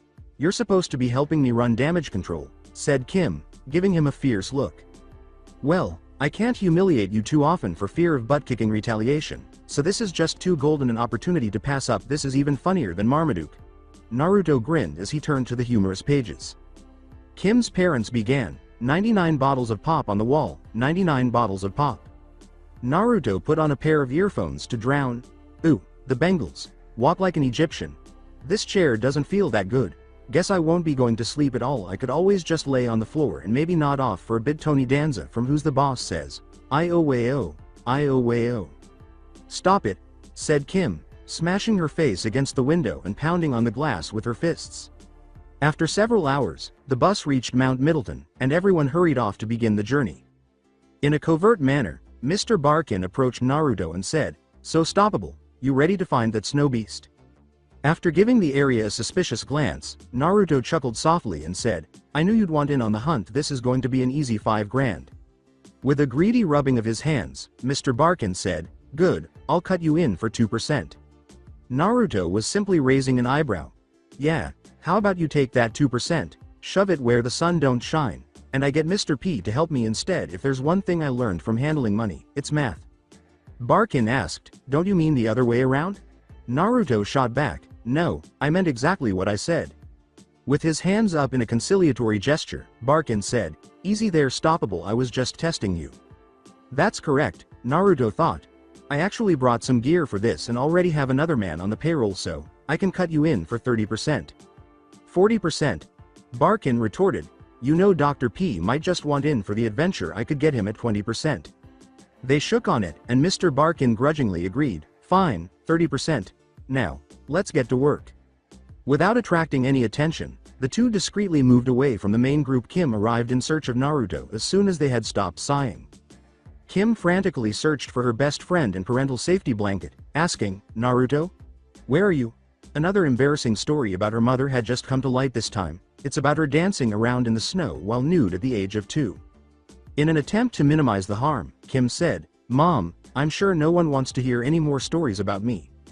Bonnie said, "Of course we do, Kim, please Mrs. Possible, go on," as she approached and took a picture.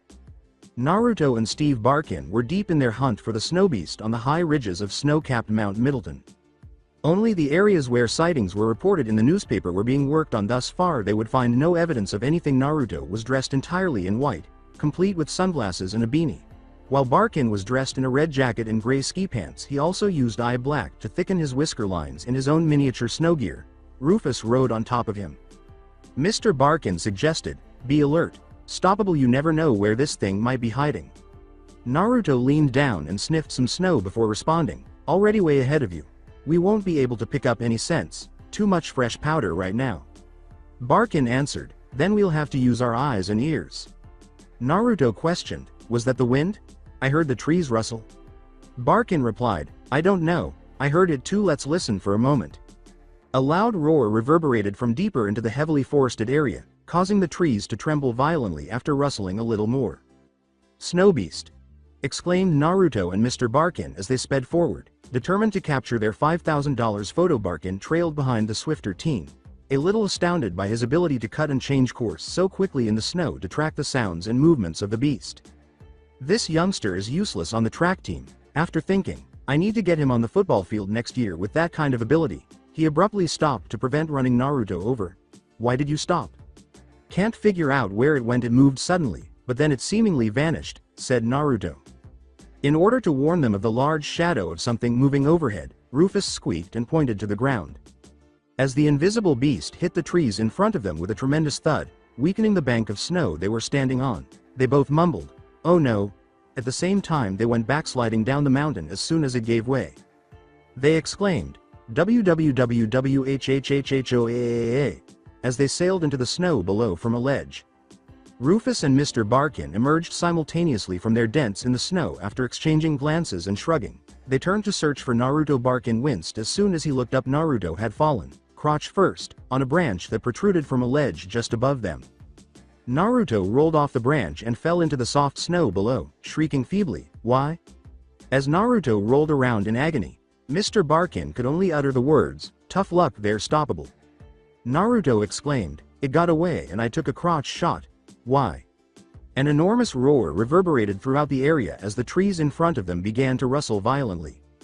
Mr. Barkin said, "Maybe it didn't get away," Naruto moaned. "I could still use a few more minutes over here." Mr. Barkin pulled out the camera as soon as he heard footsteps. After moving to a crouch, Naruto unleashed a stink gas bomb. "I've got volatile gas and I know how to use it," Naruto said in a threat. "Yeah," Rufus, who was hiding in Naruto's jacket, squeaked in agreement. Barkin said, "Hold it there, Stoppable, it's just a woman."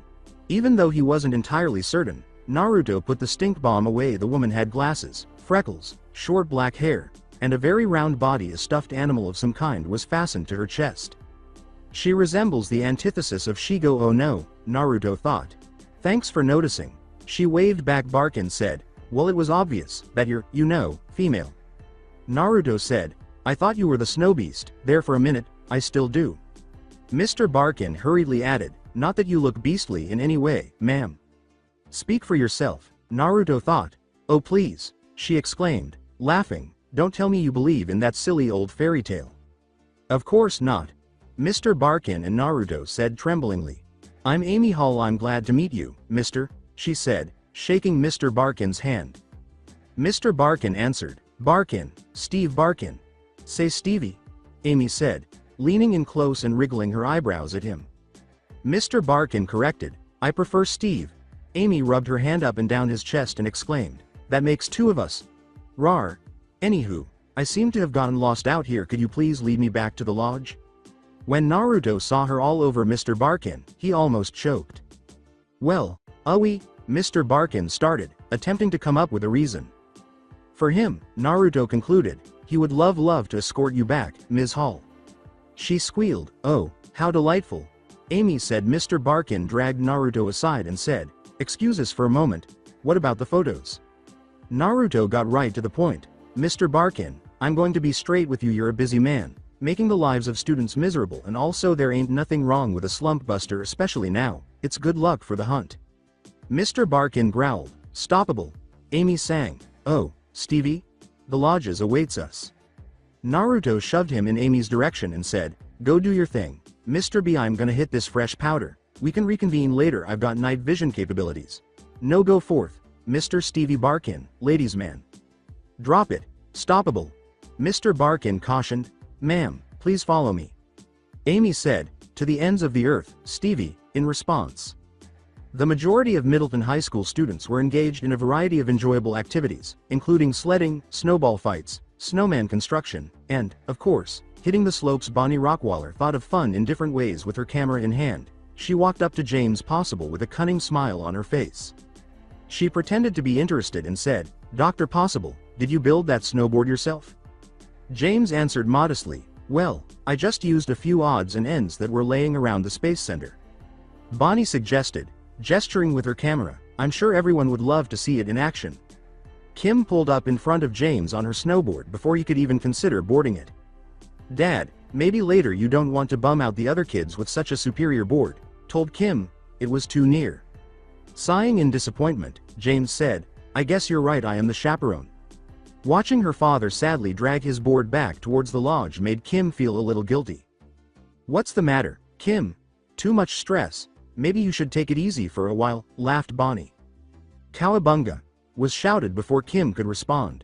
"Now that is what I call an epic run," said Naruto as he sped down the final stretch of snow, picking up some big-time air before landing and stopping in front of the girls, making sure to sprinkle Bonnie with powder. Bonnie yelled, "You did that on purpose." After taking out a bottle of drinks and downing some, Naruto let out a huge belch directly at Bonnie, saying, "That one too." The brunette stomped away after huffing. "That was amazing. I really owe you one," Kim said. Naruto answered, "As you would say, KP, it was no big." Kim whispered, "So, did you find your snow beast?" Naruto nodded at Amy and Mr. Barkin as they passed by and said, "How did you? Never mind, we found a beast, but it wasn't the one we were looking for." Because he was still wearing his helmet, Kim pulled her hand back in pain and gave him a slap across the back of the head for being impolite. Then she noticed Amy's chest containing the stuffed animal. Kim cried, "Is that an otterfly?" "Yes it is. Are you a cuddle buddy collector?" Amy asked, turning to her in shock. With a wince, Naruto said, "This could be bad." Kim said tremblingly, "I've seen them around at the mall." Unfortunately for Kim, her father and mother just so happened to be approaching her at that precise moment. It was too late when Naruto began to jump up and down and mouth, "No," and "Stop," to Kim's mother. "Kimmy, you know you're absolutely crazy about those cuddle buddies." Amy wrapped her arms around Kim. "It's so nice to meet a fellow cuddler. I'm the former president of the Cuddle Buddy Collectors Club." Bonnie excitedly remarked, "Oh, wow, you two just have so much in common," as she took a picture. Kim was being railroaded and caught like a deer in headlights. Amy asked, "So, what's your favorite?" Kim stammered, still stunned by her embarrassment. You still sleep with that one that you would never let me wash, had to get it dry cleaned, little pandaroo. It's just so adorable." Anne burst into tears. Bonnie added, "Oh, yes it is," while taking another picture. Bonnie's moment would not last long because Naruto said, "Bonnie, you're like school in July." "School in July?" she asked, looking at him bewildered. "Yeah, no class," Naruto grinned as he concluded. "Fat Albert joke, nice," Mr. Dr. P responded, giving him a high five. Bonnie complained as she stomped away, "Dweeb." Ever since the pandaroo reveal earlier, Kim had been in a bad mood from the corner of his eye. Naruto observed her idly fiddling with her food across the table. The redhead hadn't even reprimanded him for his bad eating habits because she had been so upset. Kim dropped her fork and buried her hands in her arms, complaining, "This is a complete and total disaster. Bonnie knows about pandaroo. All hope is lost." Naruto tapped his watch absently and said, "Yeah, a catastrophe. Wade, earn than 10%. There are no historical sightings, no local legends, absolutely nothing. My money is on somebody in a suit who's strapped for cash," responded Wade. "Wade, you're in on this too? You've got to be kidding me," moaned Kim. "What I heard today was no dude in a suit. There is something out there," they both said, ignoring her. Wade said, "Maybe a guy in a suit with sound effects?" He sighed, "Yeah, you're going to have to come up with something better than that if you want that 10%. I'll call you back when we head out later." "Your concern for my parental plight is deeply touching," Kim said, casting Naruto an irritated glance. "Why don't you join the hunt to take your mind of things? I'll cut you in for one club banana item, my treat," provided Naruto. "No time. I have to be on damage control with my parents if I ever want to show my face in school again," Kim responded frantically.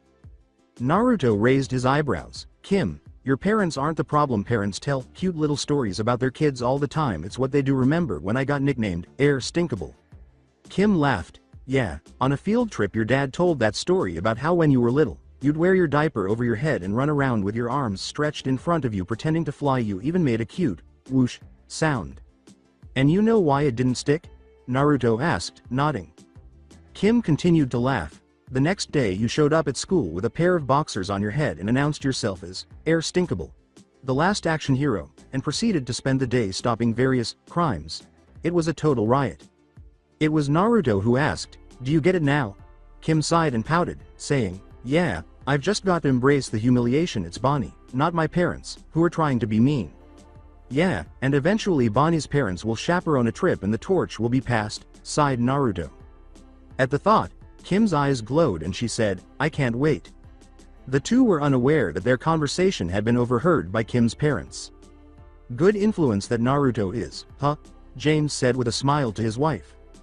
Anne smiled slyly at him and said, "I was thinking that perhaps we could use another chaperone to look after all these kids." James laughed. "I guess as good an influence on he is Kim. He's been equally as bad on us. For some reason I can't help but urge you to give Mrs. Rockwaller a call." With the exception of Rufus, Mr. Barkin, and Naruto, everyone had gathered in the lounge for a marathon of films after dinner at the moment. The three were using night vision goggles to pursue the snow beast. Wade had found some footprints of unknown origin after scanning the area with a satellite. "Alright, Wade, looks like you've earned that 10%. We've found the tracks, and this definitely is no guy in a suit," said Naruto. "Some of these tracks are still pretty fresh. Whatever this thing is, it's not too far from here," said Mr. Barkin, who was already taking pictures of the tracks with a smug smile. "Press the blue button on the side of your night vision goggles. It will give you a thermal scan of the area," told Wade. As they both pressed the button, Mr. Barkin remarked, "Something moved." As the thermal scan detected several signatures, Naruto corrected, "More like somethings." He quickly changed his statement when the dogs jumped out of the snow and showed off their pincer arms and crab legs as they came out of the brush. "Hold up, these first few were just some dogs, or maybe not. That is just wrong," Naruto exclaimed. "Those aren't what we should be worried about." As a strange hybrid of a rhino and a rabbit jumped out from behind the trees, it roared at first, then fell silent and sat down. Amy and two masked men approached Naruto and Mr. Barkin as they turned to see what had tamed the beast. Naruto asked suspiciously, "What are you doing out here? You naughty beastie. You've been a bad boy, running off like that and getting your mommy all worried." Amy reprimanded the beast, ignoring him as she marched up to it.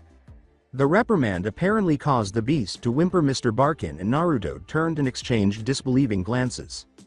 Naruto questioned, "Did she just say mommy?" Barkin said, "I'm afraid so." Amy reprimanded Stevie, saying, "You're too smart for your own good. Get the camera."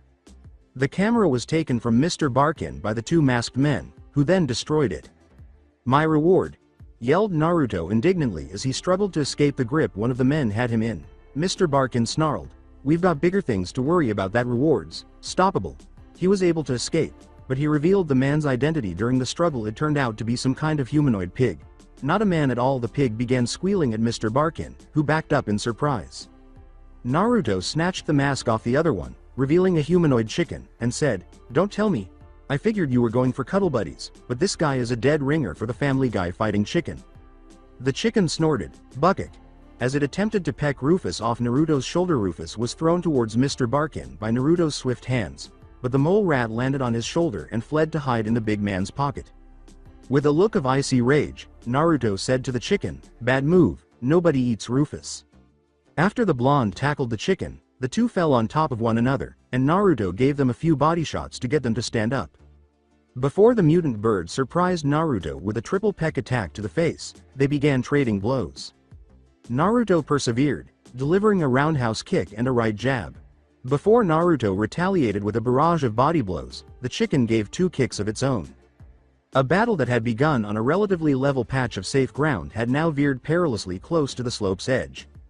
The bird attempted to get some distance and flee to higher ground by using another round of peck attacks, but Naruto tripped him and sent him sprawling across the snow. As soon as he turned to run, he delivered a vicious three-punch sequence and a double kick that sent the bird flying over the slope's edge. Once the blonde was on him once more regretfully, the bird landed on a ski lift chair as Naruto was being carried away to safety. The chicken waved at him with a cheeky smile. Moments later, when he turned around and saw Naruto swinging directly at him with his grappling gun, that smile quickly changed to one of shock. Before viciously slamming the chicken's head into the seat multiple times, the blonde swung in and body slammed the bird into the lift chair. He almost fell off the lift chair when the bird finally kicked the blonde off of him. With his body dangling off the side, the blonde was able to grasp onto the railing with his hand. Naruto resisted the bird's attempts to force him to release his grip by stomping on his hand. After a while, the blonde succeeded in grabbing the chicken's leg and pulling him off the lift. The bird was able to hold onto the chair rail just as Naruto was, and the two of them punched each other with their free hands before Naruto hit them in the head, sending them both crashing to the ground. Fortunately for them, the lift had now moved them near the lodge, preventing a fall after picking up a metal trash can and using it to hit Naruto in the head. The chicken was the first to recover after a moment of staggered back daze. The blonde grabbed a ski and began repeatedly slapping the chicken across his face after finally knocking the ski away from Naruto. The chicken attacked the blonde teenager with a flying tackle. They flew into the main office, which was empty, through the lodge window. They kept tumbling across the floor, trading blows and occasionally hitting each other in the head. They crashed through a door and into a copy room after Naruto finally stood up and retaliated with his own flying tackle. Taking the bird by the throat, Naruto pushed him into the copy machine and repeatedly slammed the copier's top against the chicken's head. Multiple copies of the bird's bloody, battered, and bruised face were printed out by the copier. When the bird finally went limp in his grasp, he released his grip, letting his defeated opponent fall to the ground like a bag of potatoes, leaving a pool of blood on top of the copier. The battered and bruised blonde teenager stumbled back out of the office and copy room and into the lounge, where he saw almost everyone. "Are you all right?" Anne inquired. Kim cried, "What is going on?" In between ragged breaths, the blonde held his hand up to catch his breath. "Freaky psycho-scientist Lady Mutant Cuddle Buddy's crazy bird tried to eat Rufus," he gasped. The chicken reappeared, seized him from behind, and choked him, cutting him off. Despite his best efforts, Naruto was unable to free himself from the arm at his throat. In order to free himself, he pushed the bird violently back into a wall and shoved him in the gut. The blonde retaliated with an uppercut that sent the bird flying into a decorative snowboard that was mounted on the wall. After the chicken kicked Naruto back to make room, the blonde slammed violently into the wall on the other side of the room after the bird snatched the snowboard and swung it at him. Kim started to help her friend, but she stopped when Naruto snarled and jumped up, saying, "Bad move, mother." Naruto. Anne and Kim reprimanded. "Clucker."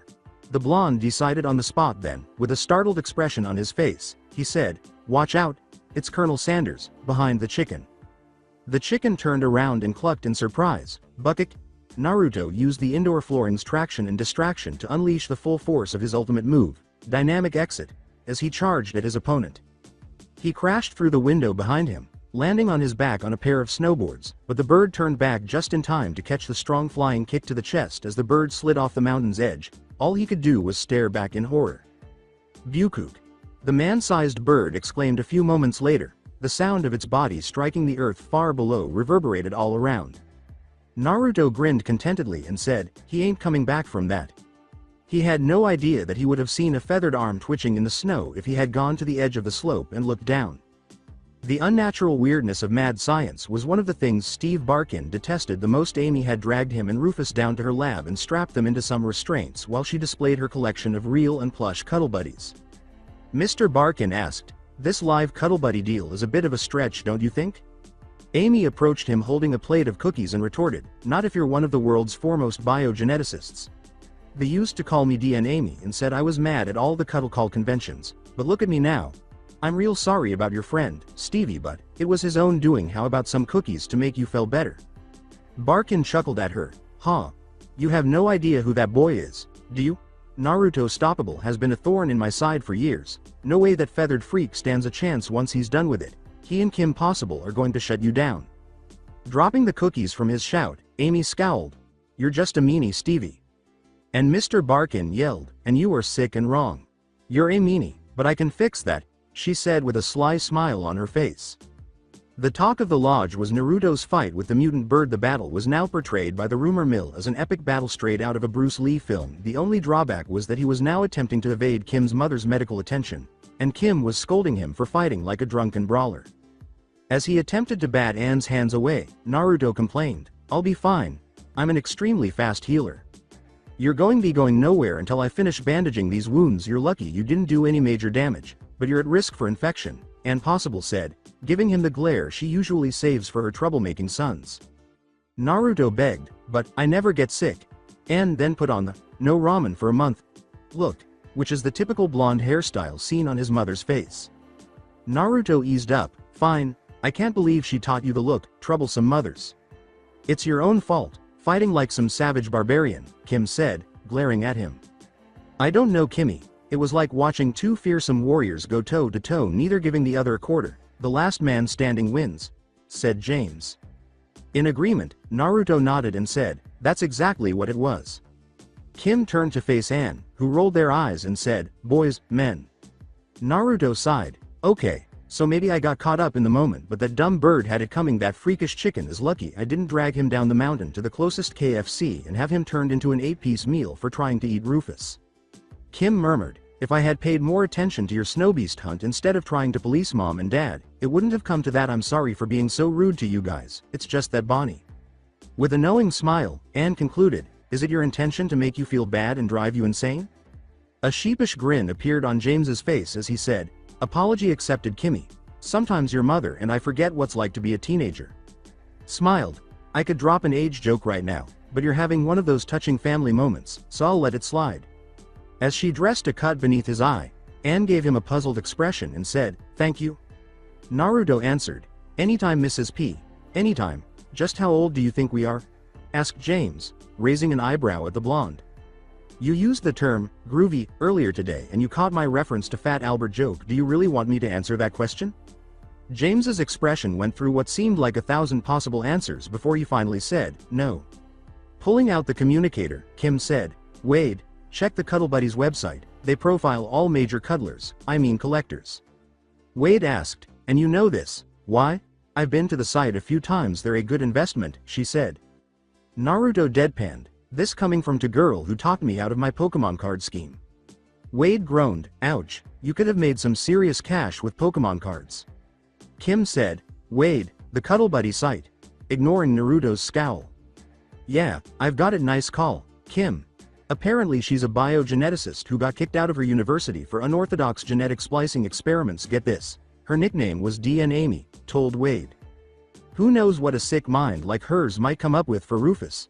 Fuse him with a cat or even worse, Mr. Barkin, said Naruto. The thought made Kim shudder, poor Mr. Barkin.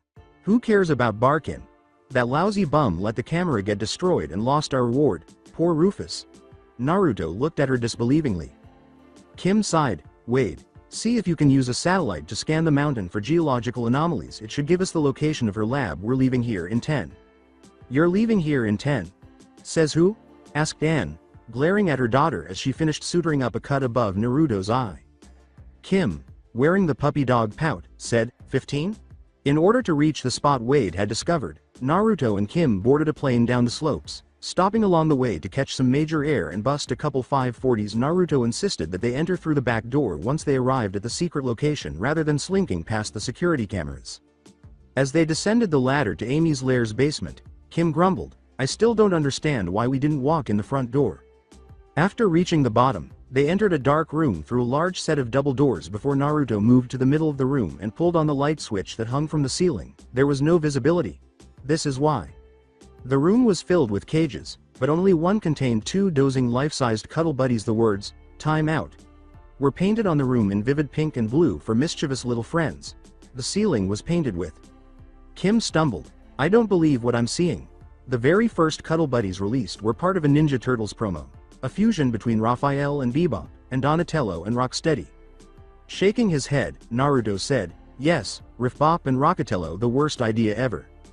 The two turtle fusions looked up in surprise when they heard the names. Kim asked, why does she have the caged up down here? I just came here to cause a massive distraction by causing a jailbreak, but this is even better. I bet you guys didn't follow her orders, because deep down you believe in truth, justice, and being a hero in half-shell, said Naruto. He took an orange bandana from his pocket and smirked when a spark appeared in the eyes of the two turtles. Kim asked, what are you doing? Do you even have to ask, Leo? Naruto asked with a sly smile. Amy said, we would have been so good together, Stevie. And then she sighed, now you'll have settle for learning what's like to be fused with a hairless rodent. After blowing a raspberry at her, Rufus let out a furious tirade of squeaks. Mr. Barkin declared, you are one twisted sister. Kim marched out into the open, warning, step away from the mole rat. When Amy whistled, the enormous rhino-rabbit hybrid jumped out in front of Kim, blocking her way as Riff-Bop and Rockatello fell from the ceiling and double-kicked the beast back into the wall. Kim merely grinned before whistling of her own. "How did you two get out your cages, bad buddies, always disobeying mommy?" said Amy. Kim commanded, "The jig is up. Amy, give up." The brunette scowled before whistling once more. Now that the rhino rabbit was upright, it was accompanied by a pig, a cat snake, and a bird monkey of some kind. Amy teasingly said, "You're outnumbered." "Am I?" Kim asked, raising an eyebrow at her. Naruto yelled, "Turtle power," as he swung across the room on his grappling hook, destroying Amy's cuddle buddy pyramid in the process. Amy squealed, "No, my cuddle buddies," as she hurried to save her fallen collection. Mr. Barkin yelled, "Oh yeah, go green machine," as the two turtle hybrids kicked some serious assholes at the other animals. Kim went to the console and attempted to turn off Amy's machines while Naruto released Mr. Barkin and Rufus from their bonds. "I didn't know you two were this good. A little reprogramming and you'll be back to being mommy's number one," Amy said, pausing her cuddle buddy pickup to admire the battle her two caged creations were throwing. "You hear that? She's going to replace you? They're the favorites now," laughed Naruto. With a loud roar, the rhino bunny threw back its head and charged at the two turtles. The two acrobatically backflipped overhead as he got to them, allowing the beast to ram its horn directly into Amy's machinery's power supply as multiple power surges began pulsing through the lab. The electrical discharge sent him flying back unconscious. The turtles looked at one another and began tearing apart the lab equipment. Amy yelled, "Stop it, those materials are unstable. You guys need to get out of there. According to my readings, the whole place is gonna blow." Wade beeped into the communicator. Debris began falling from the ceiling as tiny explosions began to occur. Kim attempted to pull Amy along with them as they fled, but the crazy woman escaped her hold and hurried back to her collection. "Not without my cuddle buddies," Amy cried out as she jumped into a heap. Kim hesitated, not knowing what to do, and glanced back. Yanking on her arm, Naruto yelled, "Come on Kim, let's go," and dragged her along with him. As the explosion shook the lab behind them, they all dashed out of the tunnel entrance and jumped over a narrow ledge. It was raining cuddle buddies a few seconds later. "It must have been your lucky day, KP," Naruto grinned at Kim. "A Pandaru, and it's a superstar edition. They only made 12 of these," exclaimed Kim as she pulled a cuddle buddy out of the air. Mr. Barkin shouted, "We've got bigger problems," as the ground began to rumble. Naruto yelled, "Avalanche," and I'm not talking about the hockey team, as they started to flee. Mr. Barkin said, "We can't outrun an avalanche." "He sure can," Naruto said, gesturing to the left. Kim exclaimed, "No way," as she watched her father soar across the slopes on his rocket-powered board. Dr. Possible yelled, "You look like you could use a lift," as he swooped past and yanked them all onto his board. "Hang on, this could get bumpy." Before James hit the afterburners and separated them from the approaching snow as they passed a small jump, it appeared as though the avalanche was closing in on them. They traveled smoothly until they reached a larger jump that launched them into the air. Rufus and Naruto's exclamation, "Cowabunga Datbeo," seemed to reverberate throughout the mountain as everyone gazed up in wonder at the rocket-powered board cruising far above a short distance in front of the lounge. They made a somewhat rough landing, but the rest of their group cheered them on. "That was amazing. I could never do that." "Of course not. You fail at everything, Dad. You rock," Kim cried as she embraced him. James smiled warmly and gave the hug back, saying, "Oh, no big." Amy sung, "Come see me, Stevie," as the police pushed her into the patrol car's backseat. She kissed the inside of the window, leaving a lipstick imprint, and then winked at Mr. Barkin, who shivered. "So how about it, big guy, Kanj," Naruto said, giving Mr. Barkin a sidelong shove. Barkin yelled, "You want a piece of this stoppable?" He smiled at Naruto, who said, "No, but I know a certain gen."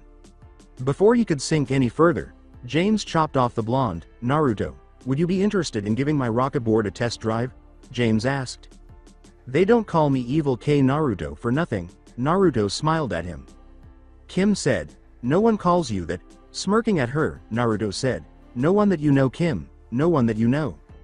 Before her daughter could respond, Anne steered her attention elsewhere, saying, "Kimmy, you're going to love this."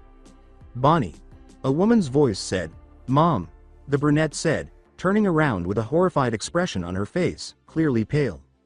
Mrs. Rockwaller yelled, "Pumpkin," and rushed to embrace her daughter. "Mom, what are you doing here?" Bonnie squirmed out of her hug. I heard you kids needed more chaperones, so I just rushed right over, Mrs. Rockwaller said, pinching her cheek. Bonnie insisted, this can't be who told you that. Mrs. Rockwaller reassured him, now, Bon don't go flying off the handle.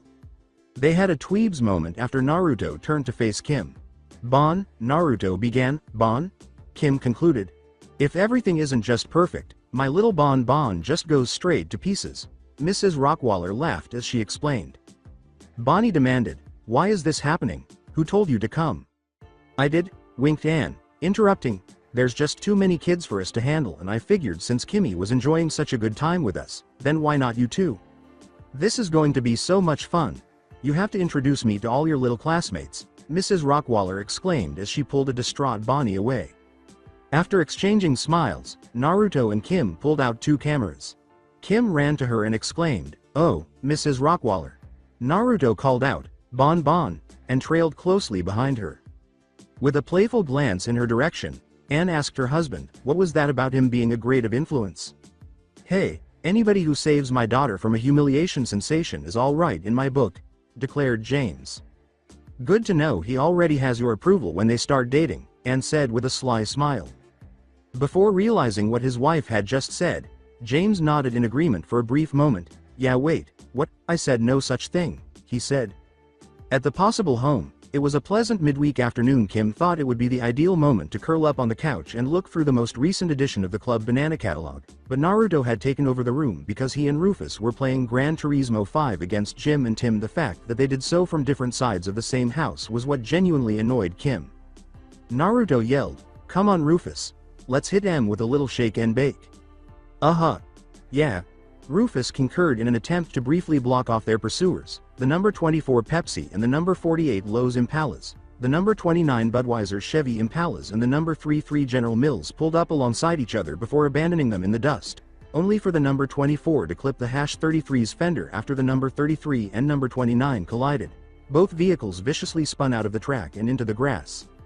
Oh come on, that was so cheap, said Naruto, tossing the control down in disgust. Husha! Was yelled from the upper floor. Gran Turismo sucks anyway. I totally own those tweebs in Need for Speed, murmured Naruto. Kim, who was browsing the web on the communicator, taunted her from the couch. Why are you always dragging your PlayStation over to my house? Can't you rot your brain in your own living room?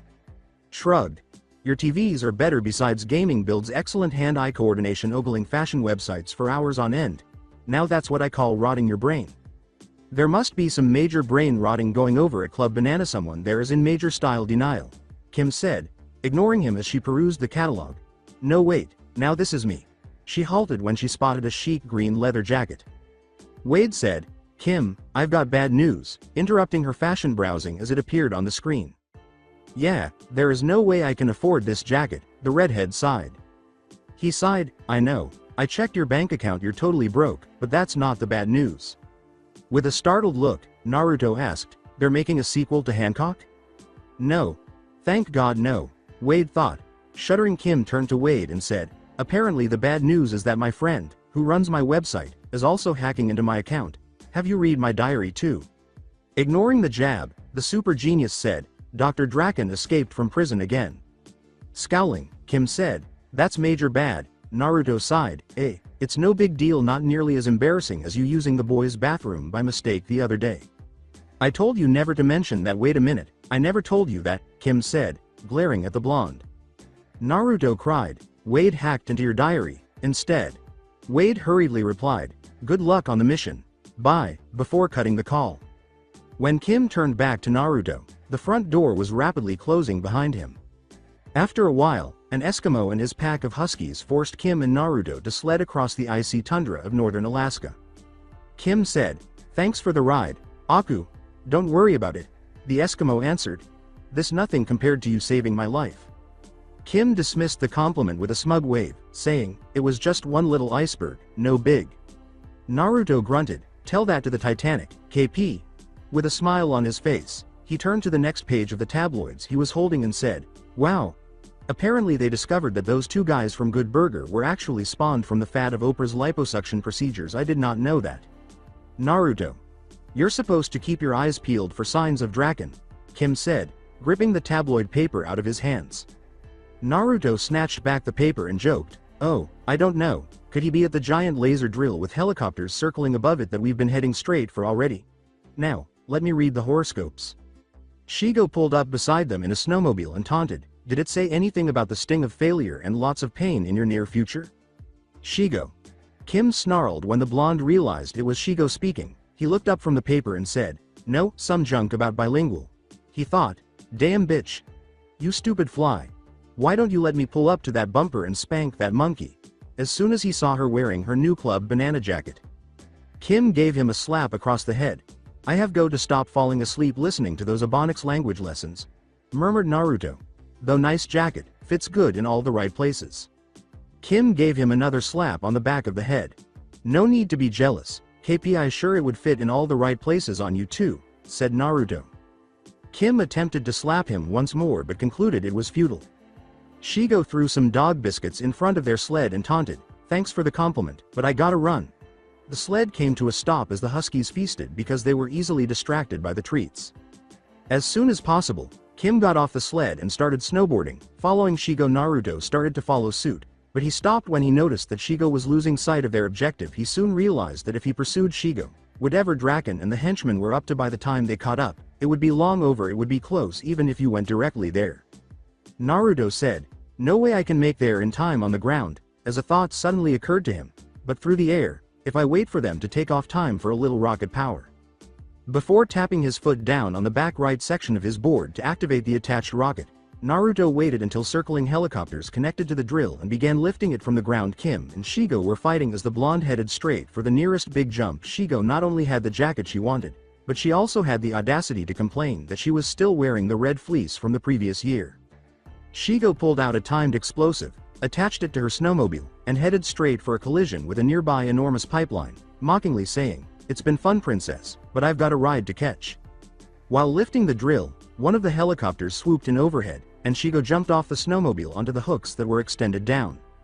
Kim jumped on to steer the snowmobile toward a hill as she chased after it as it went up the hill and into the air. He hurriedly leapt back off, and it exploded safely away from the pipeline. Looking up at the fleeing Drakken and Shigo standing on one of the drill's support beams as the helicopters carried it away, Kim scowled as she landed in the snow. Dr. Drakken pointed his finger at Kim and let out a mocking laugh. "Ha! Kim, possible." Drakken began, but Naruto's yell interrupted him. The blonde exclaimed, "McTwist double fist," as he sailed by, trying to clothesline both villains simultaneously while holding his fists out to the side. In the middle of the rotation, Shigo was able to dodge his fist and board, but Drakken was not so fortunate. He was struck twice and knocked unconscious as he collided with the drill's metallic support. Shigo grabbed her boss to keep him from falling off as they flew away, whispering, "We've really got to start paying more attention to him." Naruto complained, "So close," as he landed and approached Kim. On the way home, Kim couldn't decide whether she was more annoyed that Shigo had the club banana jacket or that Drakken had escaped. She immediately recognized it as Shigo when she saw the pilot of their cargo plane put one on. "That's it, I'm going to the rents tomorrow to try and weasel it out of them," declared Kim. Naruto joked, "And when that fails?" Kim answered, "It won't fail, I can be very persuasive." Naruto was simply grinning. "I was thinking, since we do the whole saving the world thing for free, and most people our age have jobs or other means of getting paid, that's why we're broke." Kim deadpanned, "You want us to get real jobs?" Immediately rejecting the idea. "Of course not. What I'm thinking is this. The cops usually have a lot of unsolved cases that get backed up because they don't have the time, manpower, or whatever else to solve them. When the case looks like it's going cold, offer up reward money for information and whatnot, helping them to make arrests and close the case. Stolen good cases are easy and right up our alley. I say we use our skills to solve a case or two, and collect on the reward money for retrieving stolen merchandise that is some serious cash. And just what do you know about solving crimes? Most of the villains we face give away their plans rather easily," replied Kim. Naruto laughed at her assertion. "I'll have you know that I've extensively studied the techniques of the greatest known investigators and detectives of the modern era." Kim said dryly, "The Great Mouse Detective doesn't count." Oh, Ratigan. You're the tops and that's that, to Ratigan. To Ratigan. The world's greatest rat," was the sudden song that Naruto and Rufus started singing. Kim snarled, "What was that? What did you call me?" "See, you're a fan of the Great Mouse Detective, we both are, but I was thinking more along the lines of Chip and Dale Rescue Rangers and Darkwing Duck and Batman. Trust me, Kim, This is a sure thing, stated Naruto. With a blank expression on his face, Kim said, yeah, I'm going to just weasel it out the parental units the puppy dog pout, now that is a sure thing. You'll come groveling back to me eventually, Naruto shrugged. While erasing a portion of the rocket blueprints he was working on at the breakfast table, Dr. James muttered, nope, that's not quite right. Kim said, good morning, Dad, as she approached holding a magazine in one hand and a bowl of cereal in the other. Good morning, James said as Kim sat down at the breakfast table. How's my favorite teen hero doing? A little annoyed, Dr. Drakken got away, although Naruto did get in a good shot before he escaped, the redhead sighed. James reassured him, I'm sure you'll get him next time, honey. Gah. These inertia equations are all wrong. Kim pulled out the Club Banana catalog and slid it across the table, asking, Dad, tell me, what do you think of this jacket? I think its cost-to-value ratio is way out of whack. Plus, don't you already have a jacket? James said, squinting at the item. She started to say, that jacket is so last season besides, but Jim and Tim interrupted her way into the kitchen. Dad, what's the combustion temperature of the J200 fuel you developed? Tim responded. Kim snarled, beat it Tweebs, I'm working here. So are we? Tim shot back. That rocket system we made to Naruto's board worked wonders, you owe us, stated Jim. James asked incredulously, what rocket board edition? Before his eyes narrowed, boys. Tim and Jim exchanged glances before the garage exploded and they fled, saying, gotta go.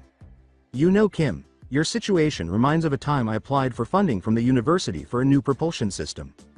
Kim groaned in exasperation as she ignored her father's meaningless digression. James concluded, and therefore money does grow on trees. And exactly how is this relevant? Sighed Kim. James said, I'm not sure, but no new jacket, with a contemplative expression. Anne walked in and said, morning, Kimmy. As she looked at the catalog and gave her daughter a forehead kiss, cute jacket.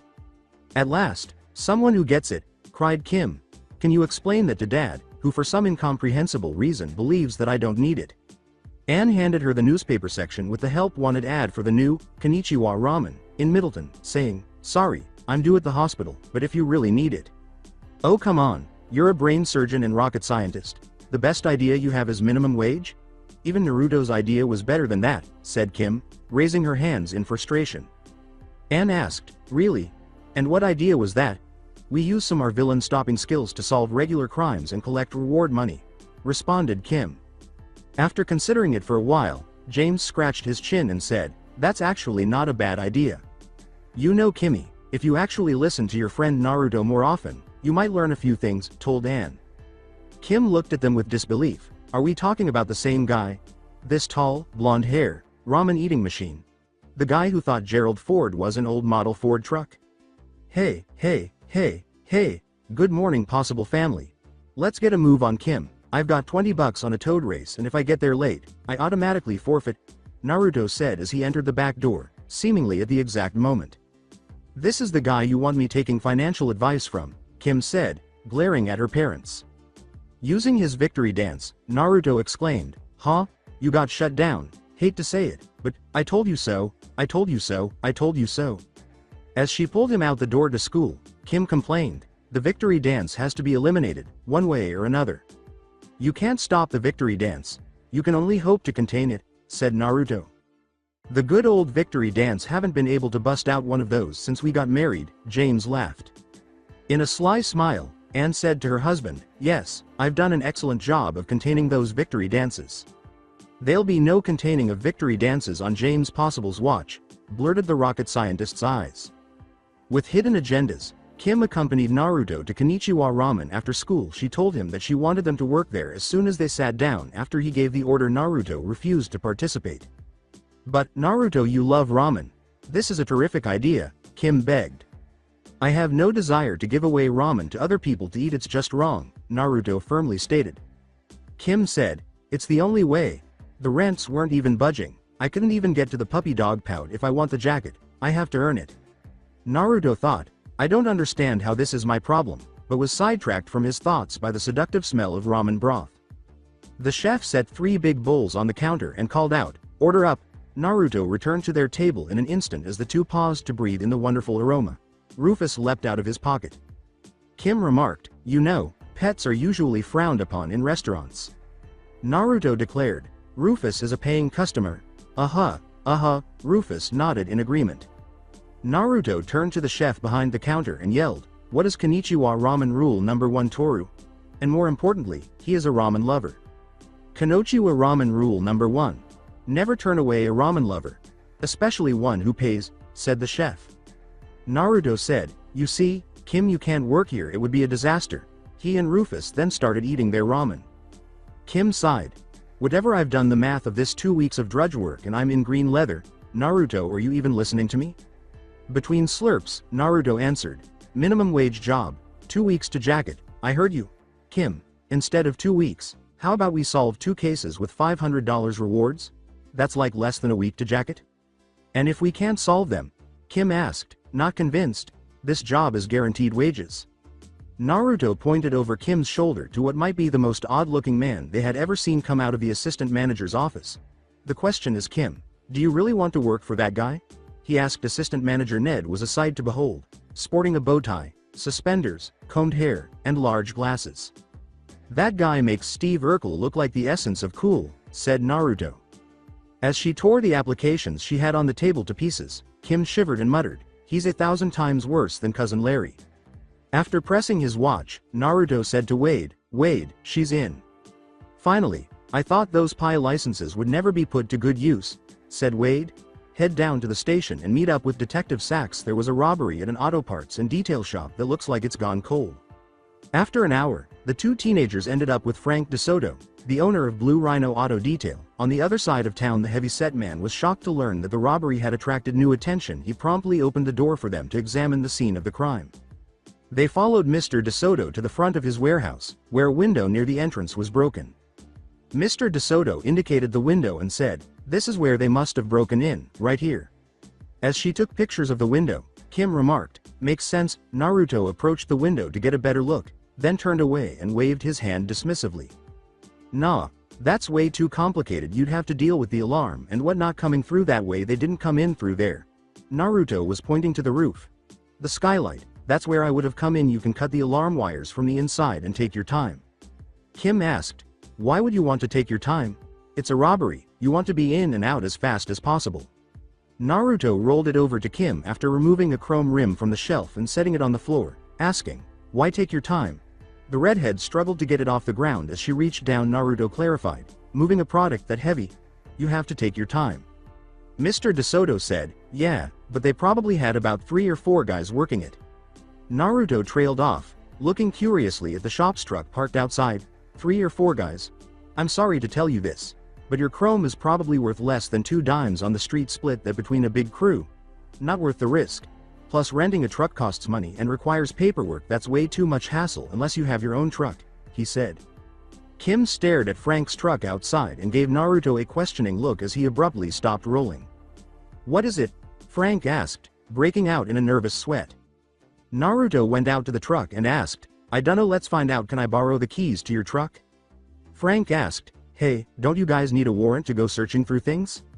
Naruto responded, "Huh? We don't even need a key," as he took a paperclip from his pocket and proceeded to fix the padlock on the truck's trailer. "You've obviously got something to hide," Kim said with a scowl. Frank begged, "I have no idea what you're talking about." "Bam! There it is!" exclaimed Naruto as he swiftly picked the lock and lifted the trailer's rear door to reveal all of the pilfered goods. "So, that's where they were," was Frank's attempt to downplay it. Kim disagreed with it. Mr. DeSoto filing a false police report is a serious offense, not to mention the fraud implications. Naruto drew Frank aside for a brief conversation, saying, "There's no need for all that, Kim. Now listen up, Frank, I'm only going to tell you this once. You need to cut the BS. All this nonsense could put you in some real trouble down the line, causing me to have to come back here. You don't want me coming down here again, because the next I come down here, it's gonna be my foot all up in yo ass. You see the little swoosh imprinted on the tip of the Nikes? That swoosh is gonna be imprinted permanently on the back yo ass if I have to come down here again, comprende?" Frank said nervously, "Yes, sir." Naruto patted him on the shoulder and said, "Good, for letting this slide. You owe us one, and lay off the chimirados, man. You're seeping out your pores." Kim yelled, "You let him go," as Naruto approached her again. Naruto exclaimed, "Who cares? I solved a case on our first day on the job. Who's the man? I'm a badass detective." All this time wasted. There's no reward, we already have people compensating us with favors. This was pointless, Kim complained. You're just gelling because I solved the case, sneered Naruto. Kim narrowed her gaze on him. Oh, I am so not gelling this so-called brilliant idea of yours, and we've wasted half a day and made no money. There's no point to this. It's more than about money, Kim. It's thrilling of solving a case. You're so damn focused on getting money for that stupid jacket of yours, said Naruto. Kim stomped off, shouting, you know what? I was better off in the fast food industry, I'm done. As she strode off, Naruto exclaimed, good, Ninja Investigations doesn't need a freeloader like you anyway. Wade, you were right, she bailed after the first case, Naruto said, tapping his watch. Wade questioned, what are you going to do now? Hook me up with Sax if this case went cold for that guy, he's in need of some serious help, said Naruto.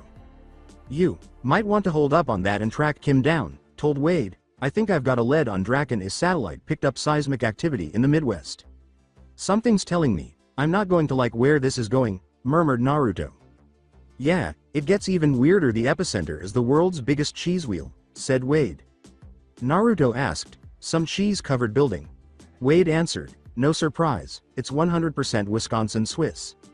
Naruto muttered, huh, and then burst out laughing. What? Wade asked him, looking puzzled. Drakken built his lair in the middle of a giant piece of cheese. Whatever plan he has is doomed to fail. I bet he thinks it's a cheese-covered building. We don't even have to do anything, said Naruto. Wade retorted, we're still talking about Drakken, Naruto. Naruto dismissed his worries. Outside of cutting the cheese with his giant laser drill, Doc Smurf can't do anything from there, trust me, and make the call to Sax.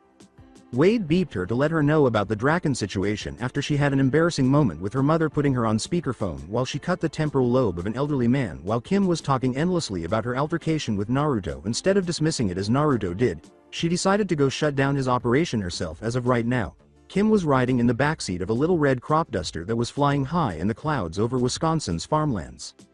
Thanks for the lift, Mr. Parker, Kim yelled above the engine's roar. After you and your blonde friend saved our crop dusting business, I wish I could do more, the pilot replied. Going organic was just the way to go, and Naruto was just happy you let him fly the duster, Kim said, waving off the gratitude.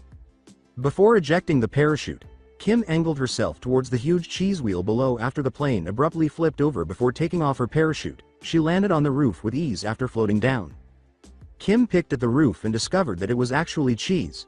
Well, what do you know, a cheese-covered building, she muttered.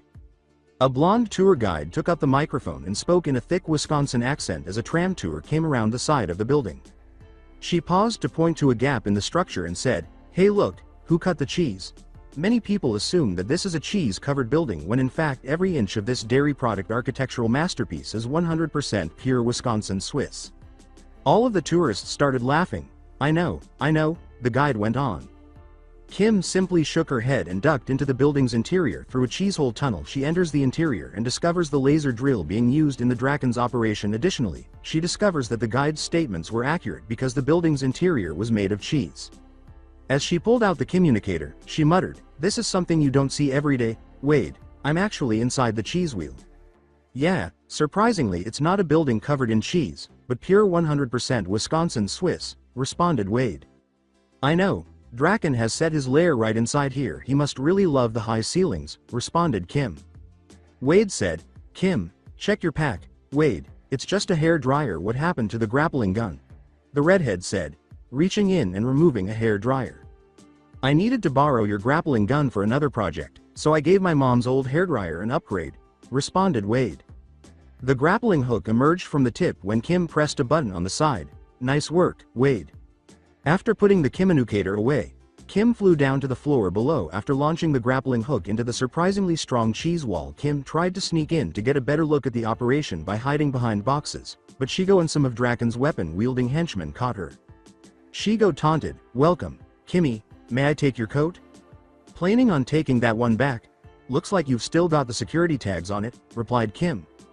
Before knocking out a third henchman by putting 2 feet in his face on her way to landing, Kim charged and used Shigo as a springboard to backflip high into the air, eliminating 2 henchmen in the process. She was outnumbered and surrounded when she turned to taunt Shigo once more and discovered more henchmen emerging from hiding. As the henchmen grabbed a struggling Kim and pulled her to the opposite side of the room, Shigo teased. Looks like I'm a step ahead of you in more than just fashion. They shackled her to the side of one of Drakken's machines by holding her up against its side and pressing a button. As she left, Shigo gloated, now, there's a fit I can get used to. Then Drakken came out of a secret platform in the floor to gloat as he always did. Dr. Drakken sneered, how nice of you to drop in Kim Possible, especially since you're now helpless to stop Shigo. Where's the buffoon? Shigo answered, he's not here. Dr. D Princess came in solo this time. Good, good. Now where was I? Yes, you're helpless to stop me. Are you ready to hear my ingenious plan? Chided Dr. Drakken. You're using the world's most powerful laser drill to tap into the molten lava deep beneath the Earth's crust, Kim deadpanned. That's only phase 1. I will use the magma to melt the entire state of Wisconsin and rebuild it in my image. I will call it Drakkenville, declared Dr. Drakken. I must be channeling my inner Naruto right now, but come on, Drakkenville? Are you some kind of idiot? Kim said, staring at him incredulously. Drakken defended himself by saying, Drakkenville is a wonderful name. Kim sighed. You're taking over a state that is the size of a European country and you giving the name of some Midwestern suburb or as a podunk town in Arkansas. I think podunk town in Alabama is what you're looking for, Shigo added.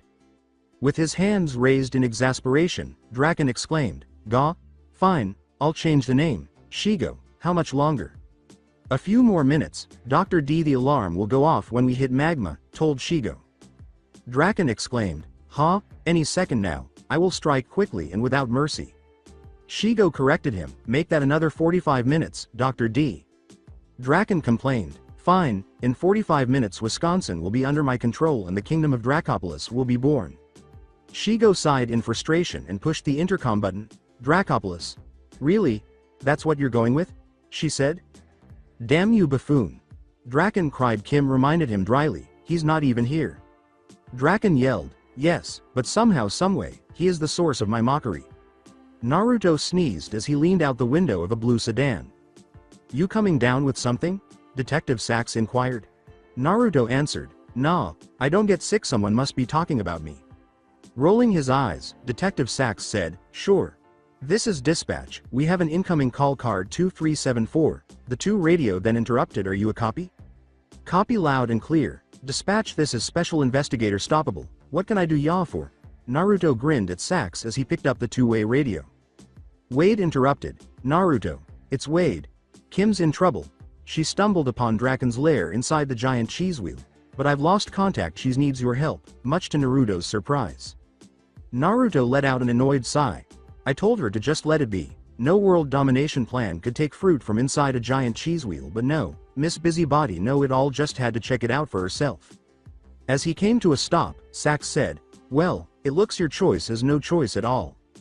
Before getting out of the car, Naruto gave the detective a fist bump and said, yep, we've had a good run Sachs, good luck with that FBI thing. With a laugh, Sachs said, yeah, best 45 minutes of my life, good luck with that world-saving thing. Kim persisted in trying to break free from her limitations, but to no avail. Dr. Drakken walked back to give her a facial rub.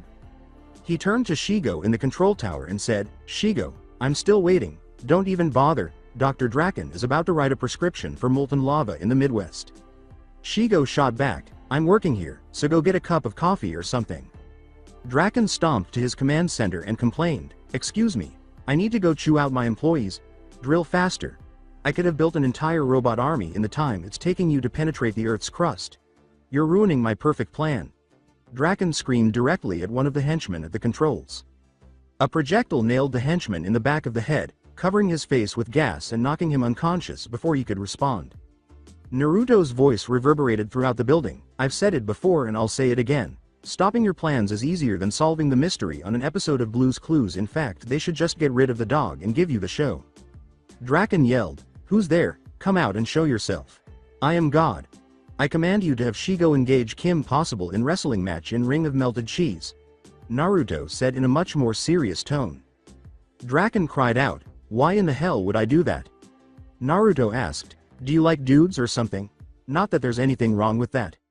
I am not gay. Drakken yelled. Naruto answered, someone's getting a little defensive. Kimmy's backup sure does know how to push your buttons, Shigo said, simply shaking her head. At last, Drakken realized who he was speaking to. Drakken roared, surrender now, buffoon. or face my wrath? Shigo looked at him sharply and cleared her throat. I mean Shigo's wrath, he clarified right away. Surrender. Riddle me this, Dr. Drakken. How do you fit an elephant into a Safeway bag? Replied Naruto. Outside of some sort of shrink ray, I don't know how, Dr. Drakken said after giving it some thought and then settling on a blank expression. Naruto replied, you take the F out of safe and you take the F out of way. Teasingly, there is no F in way, Drakken said. Exactly, Naruto exclaimed. Drakken looked at Shigo in confusion and said, I don't get it. Are you really that cheesy? There is no effing way? She said, rolling her eyes. Naruto joked, hey, it ain't easy being cheesy. Oh, nice setup, exclaimed Kim, who was now unrestrained. Rufus was able to slip over and press the button to free her because Naruto was distracted. Damn you, buffoon. Enough of this nonsense. Let's get this show on the road. Deploy the barrel and activate the magma pumps. Shigo, Drakken growled in frustration. As she leapt down from the laser control center, his green-clad assistant interrupted him, saying, I know, let's dance, princess. Time to teach you a lesson. With that stolen coat weighing you down? In your dreams, replied Kim.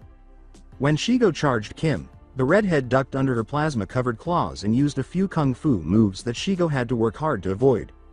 Rufus returned to Naruto as he swung down from above, holding a grappling gun in one hand and a gas gun that looked almost identical in the other, while Shigo and Kim jumped from crate to crate in the lair. Fighting hand-to-hand in a dead-even fashion, he immediately headed for the command center after landing, using the semi-automatic stink weapon to eliminate as many henchmen as possible. Drakken is the chamber valve for his magma cannon, which is filled with a molten material. Come on. Yes, there's the magma, he exclaimed. He was so preoccupied with that he didn't realize Naruto had entered the laser drill control center until it was too late. Naruto took over the laser drill's aiming mechanism while Rufus went to work destroying as many buttons as he could find. Naruto joked, like peeing in the snow, as Naruto proceeded to write his name in the cheese, making sure to destroy tons of Drakken's machinery in the process. Rufus rolled along the console laughing. Dr. Drakken cried out, "You're too late," as he watched the magma pump reach its maximum capacity. Eat magma, Milwaukee. As Drakken smashed the button to activate the weapon, Naruto muttered, "Not likely." As melted cheese poured out of the cannon, his claim was validated. Drakken yelled, "Where's my magma?" as he noticed the cheese spilling back into the building from the cannon. Naruto taunted, "Like I told you, easier than a Blue's Clues mystery." Cheese. Don't tell me this building is actually made of cheese. I thought it was a cheese-covered building, said Drakken. That's what this place is famous for. It says so on the huge billboard out front. Naruto shot him a blank stare. Drakken exclaimed, "I thought it was just a gimmick," as a wave of cheese carried him away. In order to surf across the cheese, Naruto used a makeshift board to kick off the top of a crate that was floating by after jumping down from the command center. Naruto yelled, "KP, duck," while firing his gas cannon. Shigo was immediately nailed in the face with stink gas after the redhead ducked, causing her to fall from the crate and into the gushing cheese. When Kim took out her new hair dryer, gripping gun and followed Naruto as he swung by holding his own grappling gun in his other hand, she muttered, "So that's what happened to my old grappling gun." "This isn't over," Dr. Drakken exclaimed. "Kim Possible, you think you're all blue." As he sank under the cheese, the trademark declaration of the mad scientist was interrupted. "But you're not," Naruto concluded, imitating Drakken, as they fled the building through a tunnel with a cheese hole. Now that the melted cheese had solidified, Naruto and Kim stood across the street, their heads tilted to the side, to get a clear view of the cheese wheel's new shape. Strangely enough, it appeared to be a slanted tower of cheese. "What are the odds of this happening?" Kim asked, laughing. Naruto said, "I suppose they can rename it the Leaning Tower of Cheesa." Rufus sighed in disappointment at so much cheese being wasted on his shoulder. Kim said, "Thanks for the save earlier." When she didn't hear back, she assumed he was still a little annoyed by the previous exchange. "And I'm sorry for quitting. I guess I was tad bit annoyed at you calling the shots and singularly focused on getting that jacket and not taking the job seriously," she continued. In response, Naruto said absently, "Sure, whatever you say, Kim." She turned to face him, perplexed, but he was staring back at the melted remnants of the cheese wheel. Not even looking at her, Kim followed his gaze and saw him staring at Shigo's writhing ass while she struggled to get rid of the cheese, so she gave him a painful flick in the ear. Naruto complained, "Ow, save your ass, and this is the thanks I get?" It wasn't my ass that you seemed to be so interested in just now? Kim laughed after scowling at her. Naruto smirked evilly and said, okay. The next time you nod off while staring at Mankey, it is so on. Kim squinted at him, saying, you wouldn't dare? Try me, Naruto retorted. So that's it for today. I hope you guys enjoyed it. Don't forget to like, share and subscribe to the channel for more awesome stories like this. Thank you. See you all in my next video.